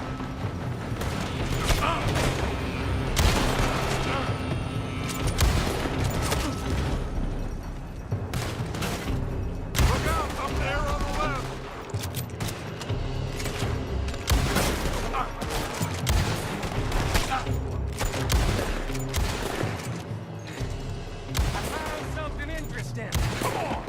gotta move.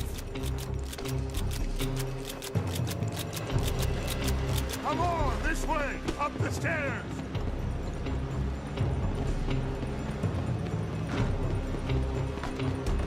Cornwall's men are all over the place. I'm only gonna. I legitimately think, and I don't generally advocate for this, I legitimately think on the dock, Arthur should have shot Dutch.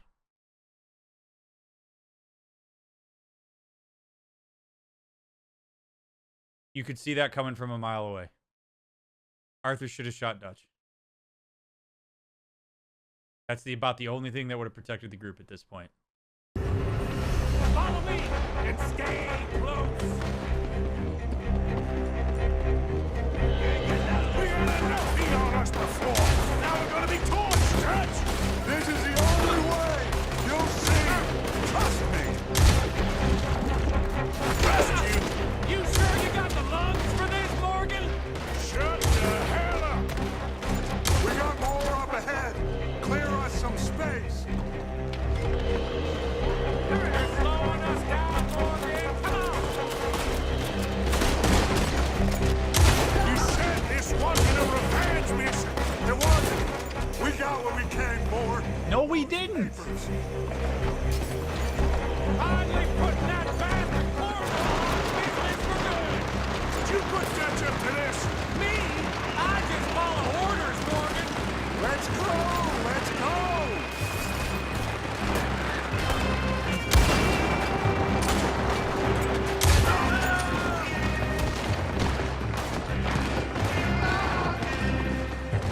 More up top.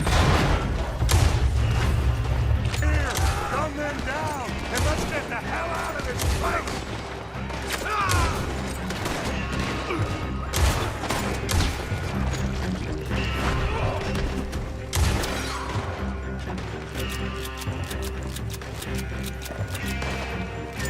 Come on, we can take the horses from that coach. Let's go. Well, at least we tried talking it out. Boys, lost your minds. Oh, I felt a lot of guilt in this life, Arthur. I've killed too often and poorly, but not this time, son. Come on. All right, let's head for the hills, boys. They're trying to block us off. Go right.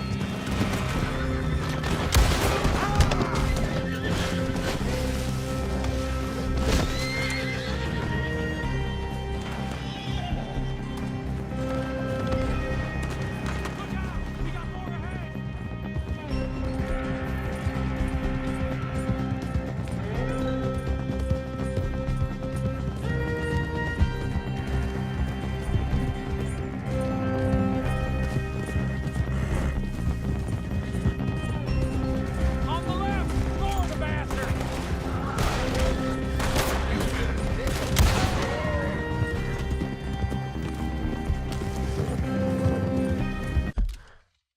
Okay, well, we have a little bit of a break here.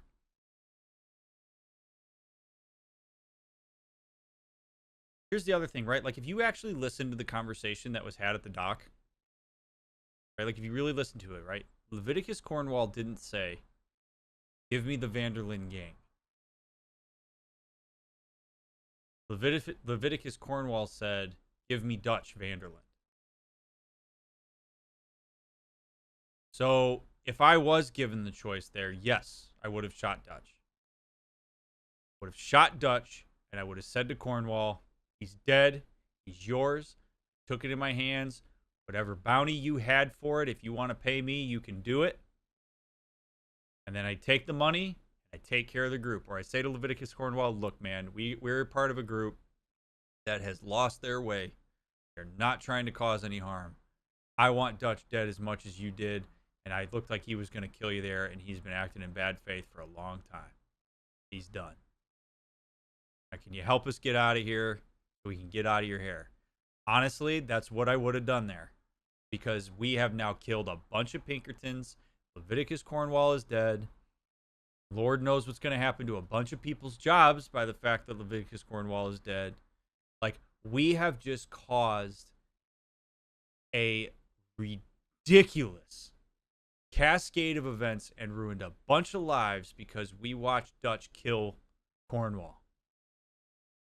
And I don't know about you all, but I can't really stand by that. I don't feel comfortable with that. That's not okay. Right? But you have to listen to what's going on there. If he'd have said, I want the Vanderlyn gang, I could be a little bit more on board with it. A little bit, because my life is at stake here. But he didn't say that.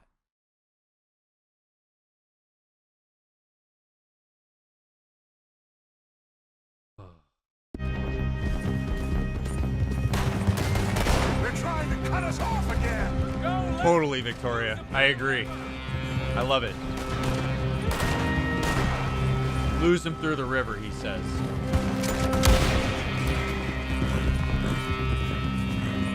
Look out, fellas! They're still coming!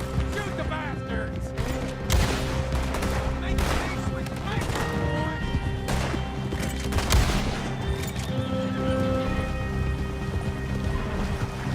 Looks like we've lost. For now, maybe.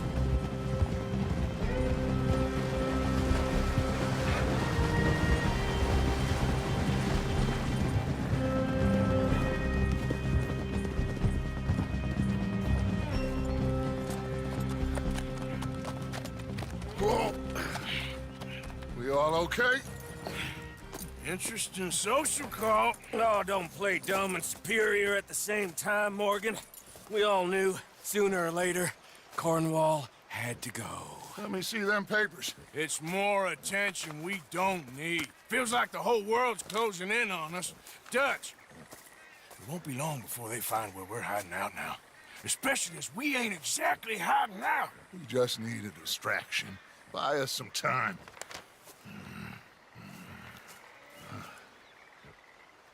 It looks like Mr. Cornwall's company has signed a railroad contract with the army. And they're also moving dynamite down from... No. The Annesburg mines. We are not robbing that train. Don't even. Don't even. And there's bonds at his oil factory. Maybe there's a way to get them off our back and get the money that we need. Micah, you look into this dynamite. Take Bill, I guess. Arthur, you go too. We are gonna need a lot of it. And Micah, we need to talk. Figure out some things. Of course, boss. Figure out what? The plan. Getting out of here. Nothing's changed. It hasn't, huh? There's an old house west of Van Horn. Meet me there when you can, Black Lung. Let's split up. We'll meet up back at camp. Yeah. This is crazy.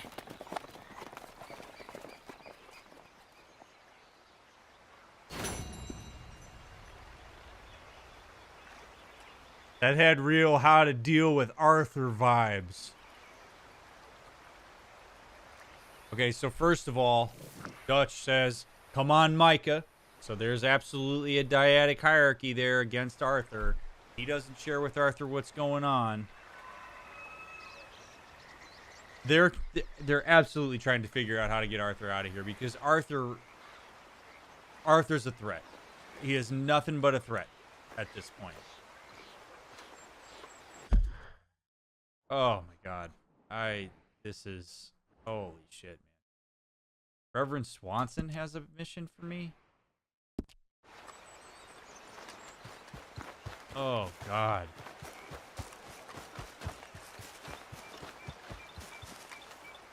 This is heavy. I'm gonna use the restroom really quick. Thank you for being here. I appreciate all of you so much. If you're watching the VOD right now, thank you again for watching the VOD. I hope you're enjoying this episode. This is nuts.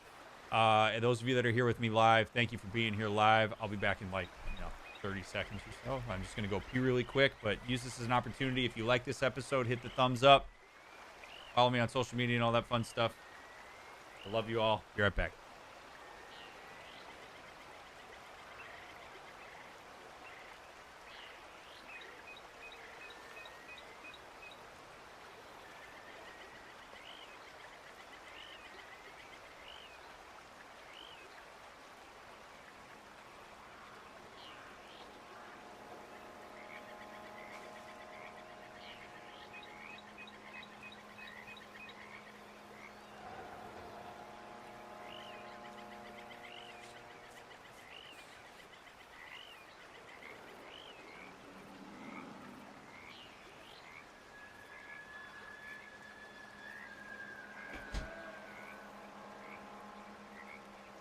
God, I need more ginger beer too. Holy shit. Oh.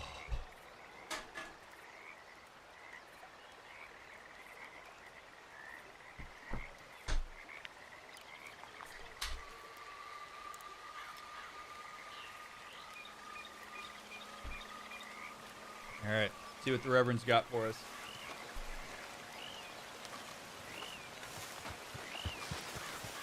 You know what, Katrina? It's interesting you say that, right? At this point, I would be surprised if anybody left the gang really thinks there's a plan. You know, you say that, but that's the power of a cult, which is essentially what the Vanderlyn gang is at this point. Power of a cult is that you get unabashed loyalty. You get it is unconditional. You assume that this is all. You could spin this as all being part of the plan. This is exactly what was supposed to happen, etc., etc. He has a stranglehold on a lot of folks in the group that are not leaders like Arthur. And it's scary. People will follow cult leaders into the craziest shit because of how slow of a burn it is to get them to that point. I would not be surprised if this creates problems for us. I really wouldn't. And it's scary. All right, there, Arthur.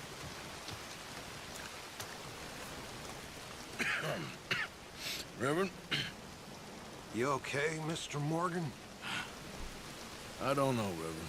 These are challenging times for all of us. Yes, very challenging. You don't seem yourself, somehow. I've always felt... I've left the morphine, sir. Arthur, Reverend Swanson, would you excuse us a minute? Of course. New York. We are gonna go to New York. Now, they have been chasing us south and east and west. We're gonna get a boat, we're gonna get on a river, and we're gonna go north. New York. Then Tahiti, the Fiji Islands, or this place, New Guinea, dancing girls, freedom.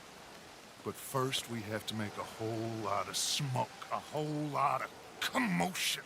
And then we disappear. We need more commotion? 1 score and 1 whole hell of a lot of noise. We ain't so good at doing scores anymore, Dutch. Are you feeling all right, Arthur? Sure, fine. Pardon me for interrupting. I brought a friend, Arthur. Hello. Hello. Dutch. This is Eagle Flies. His father is a great chief. Charles and I, we pretended to be mercenaries. Did me a great favor. Dutch Vanderlyn, how do you do? Not well, sir. Well, I am sorry to hear that. How's your father? Father has confused wisdom with weakness. His people, my people. We've suffered too much. Been lied to too much. Now they've taken our horses. Who? The infantry division posted at Fort Wallace. Why? Colonel Favors is a liar and a murderer. His people won't stop until we're all dead. Without horses, we cannot hunt. Without hunting, we will starve. This is another act of war. I see that. Men have helped me before, and I have money. Put your money away, son. What do you think, Charles? You know I told your father I will not fight over some horses. But I made no such promise. Come along. Yeah, Arthur, we must go with them to try to stop things from getting out of hand. I guess. Come along. We can get them more horses. I know. I understand Eagle Flies is angry, but I don't see how this will help anything. Especially not with Dutch whipping them up into a frenzy. Got enough folks coming after us without adding an army to the list. Thank you for this. You going to let these bastards walk all over you? No, you're not. This is all that's wrong with this world. Oh my God. Okay then, girl. Okay, young man, lead the way. The horses are on a boat near Van Horn. I have a man waiting for us there with some canoes. Surely this can be done without killing anyone. Of course. What will be, will be. Anyway, son, Tell me about this Colonel Favors. He's a vile man. He and his regiment take pleasure in persecuting us. All the young have been taken from our reservation, shipped off to reform schools. Many women, too. The old are weak and sick, but they deliberately withhold medicine and supplies from us. This ends today. You have my word on that.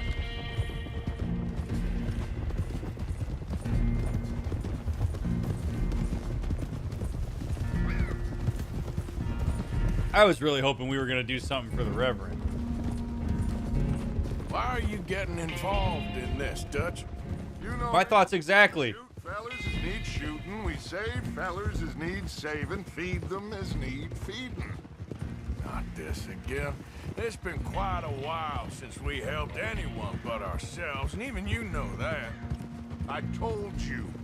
Noise. We need noise, Arthur. Noise. And faith. I still don't know what that means. Stop questioning and think. Just think for a second. The thinking's what's leading to the questions, Dutch. When you think, and you think critically, you start asking questions. You start breaking apart abstract concepts. You don't want me to think. You want me to listen and just go with whatever you say. You want me to just follow a blind, amorphous idea of faith. You don't want me to think at all. That's where these questions are coming from. You are threatened by these questions because you don't even know what faith means at this point. And every time I point it out, you have to be put closer to your own incompetence and your own sense that you have been royally fucking this up for I don't even know how long at this point. Holy shit, is he a one-trick pony or what? My God. I get it. He's scared. He needs purpose. This is a man who has lost his way and does not have anything to sink his teeth into, so he's sinking it into all the wrong things. He is perceiving reason and critical thought as threatening because he has just entrenched himself in his belief system and in his convictions, instead of taking a step back and realizing that it is in his best interest to reevaluate how he's thinking about things and what he's doing. There is no shame in that. Chat, it is never worth polarizing yourself this strongly into something. It just isn't.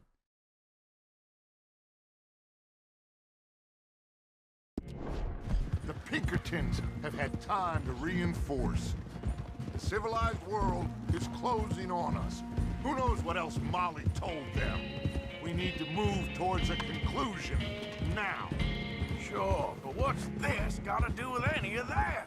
Some good, honest conflict between the army and the Indians might be just the distraction we need. Kill two birds with one stone. Cornwall was funding the Pinkertons' assault on us. Why do you think I dealt with him? With Cornwall gone, the government is far more likely to divert them to other issues, especially if there's one more scandal. And then we can slip away. Like I said, we just need that noise and one more score. You know, I went back for the chest I had hidden outside Shady Belle, and we're close, Arthur. That dynamite, the railroad contract with the army, it was all in those papers Micah found. I have a plan. You just have to trust me.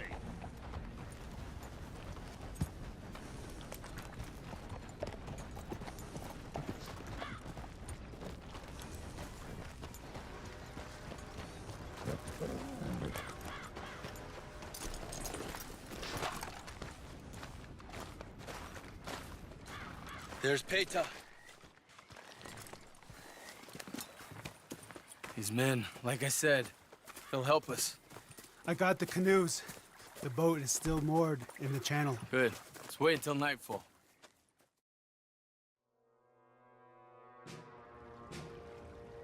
All right. Let's head out. This is insane.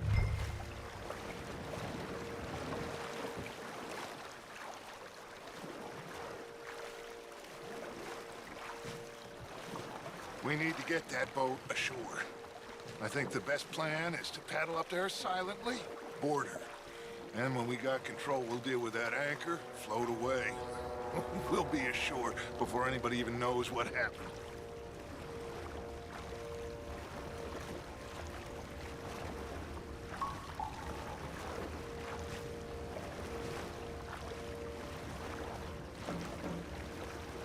Don't mind me, fellas. I'm just, you know, the guy with a chronic illness who's on his verge of death.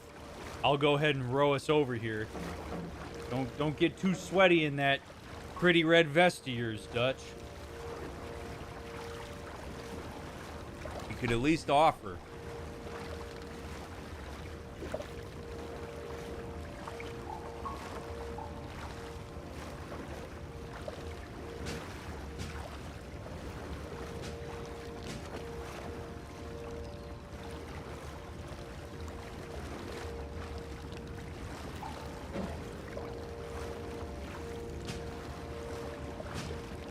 What a great ambiance.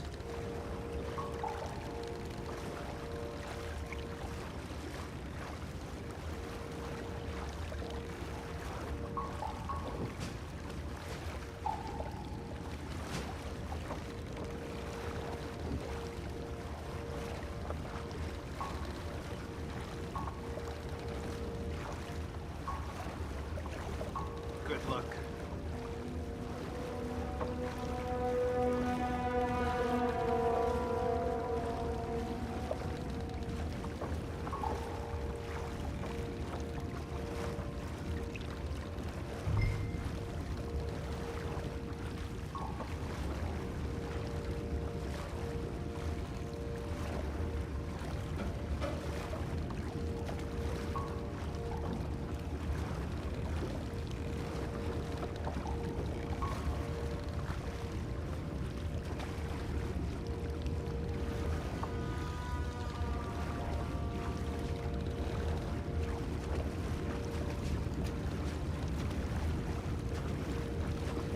Pull up alongside, quietly.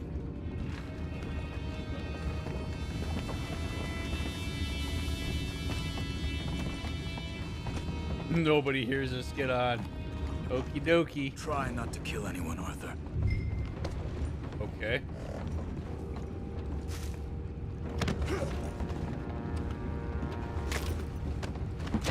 I'll just break his neck instead. Hey, Arthur, don't kill anybody. Just permanently disable them with a neck injury. That is way more appropriate. Far better. I'm gonna go smoke, alright? Be back in a bit. Oh, no, not again. Ain't had a sniff of a good hand all night. I'll be retiring in the morning at this rate. Just deal, will ya? Oh, shit.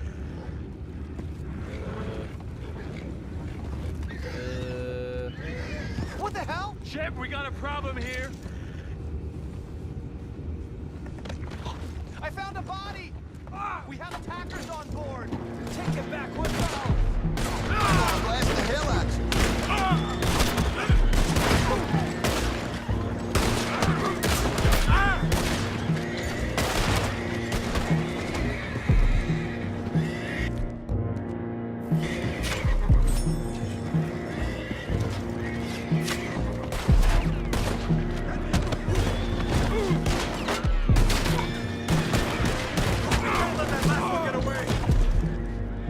Go find out about those horses down below.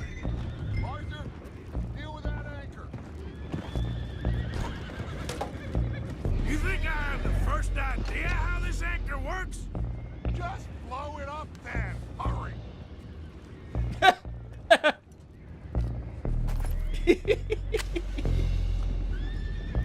Oh, shit.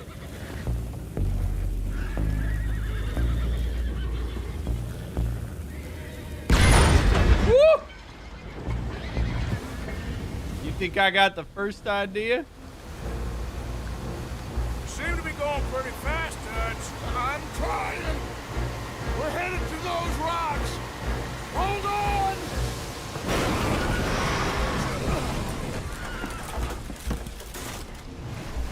What are we doing? What is wrong with you? What the fuck are you doing? boys all right back there? Yeah, I think so. But there's a huge hole in the boat. Horses are spooked, and we're taking on water. Come on, let's get him out of here. Come on. Well, whatever else is wrong with you, you're quite the best pilot I've ever come across.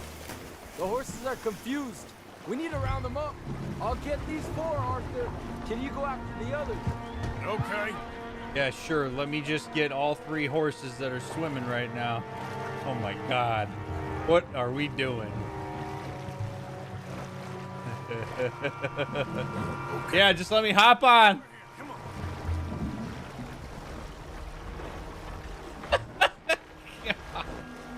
Ah, man.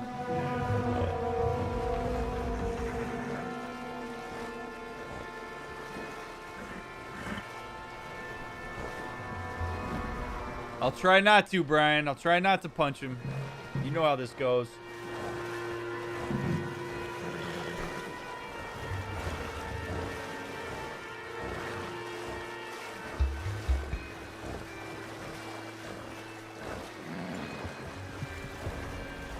Oh.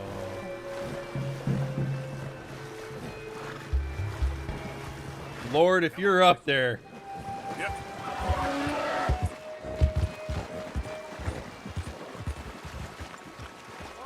Seems like Uncle Sam likes you fellas even less than he likes us.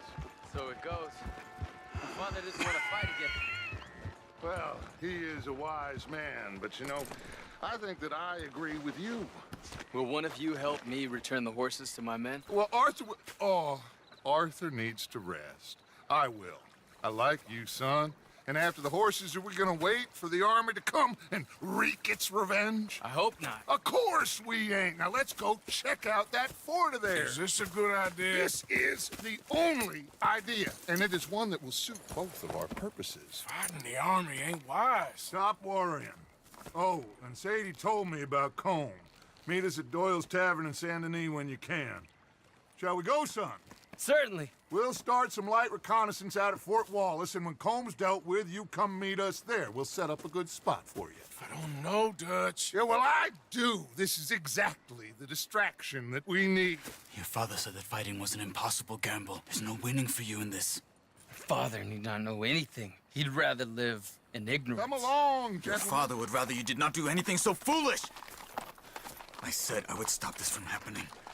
Would you talk to him? Speak with Rangeful. Yes. Would you?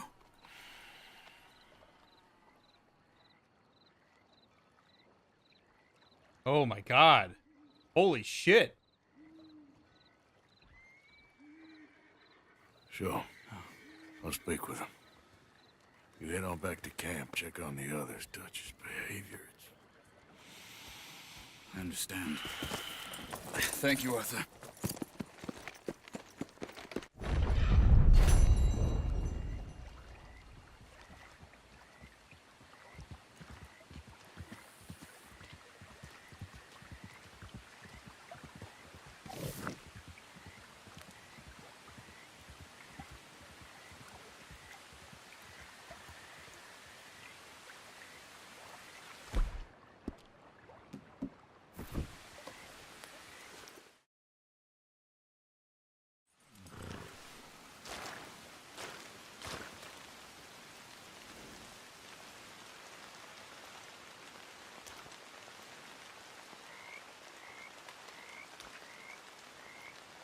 Wow. This sucks.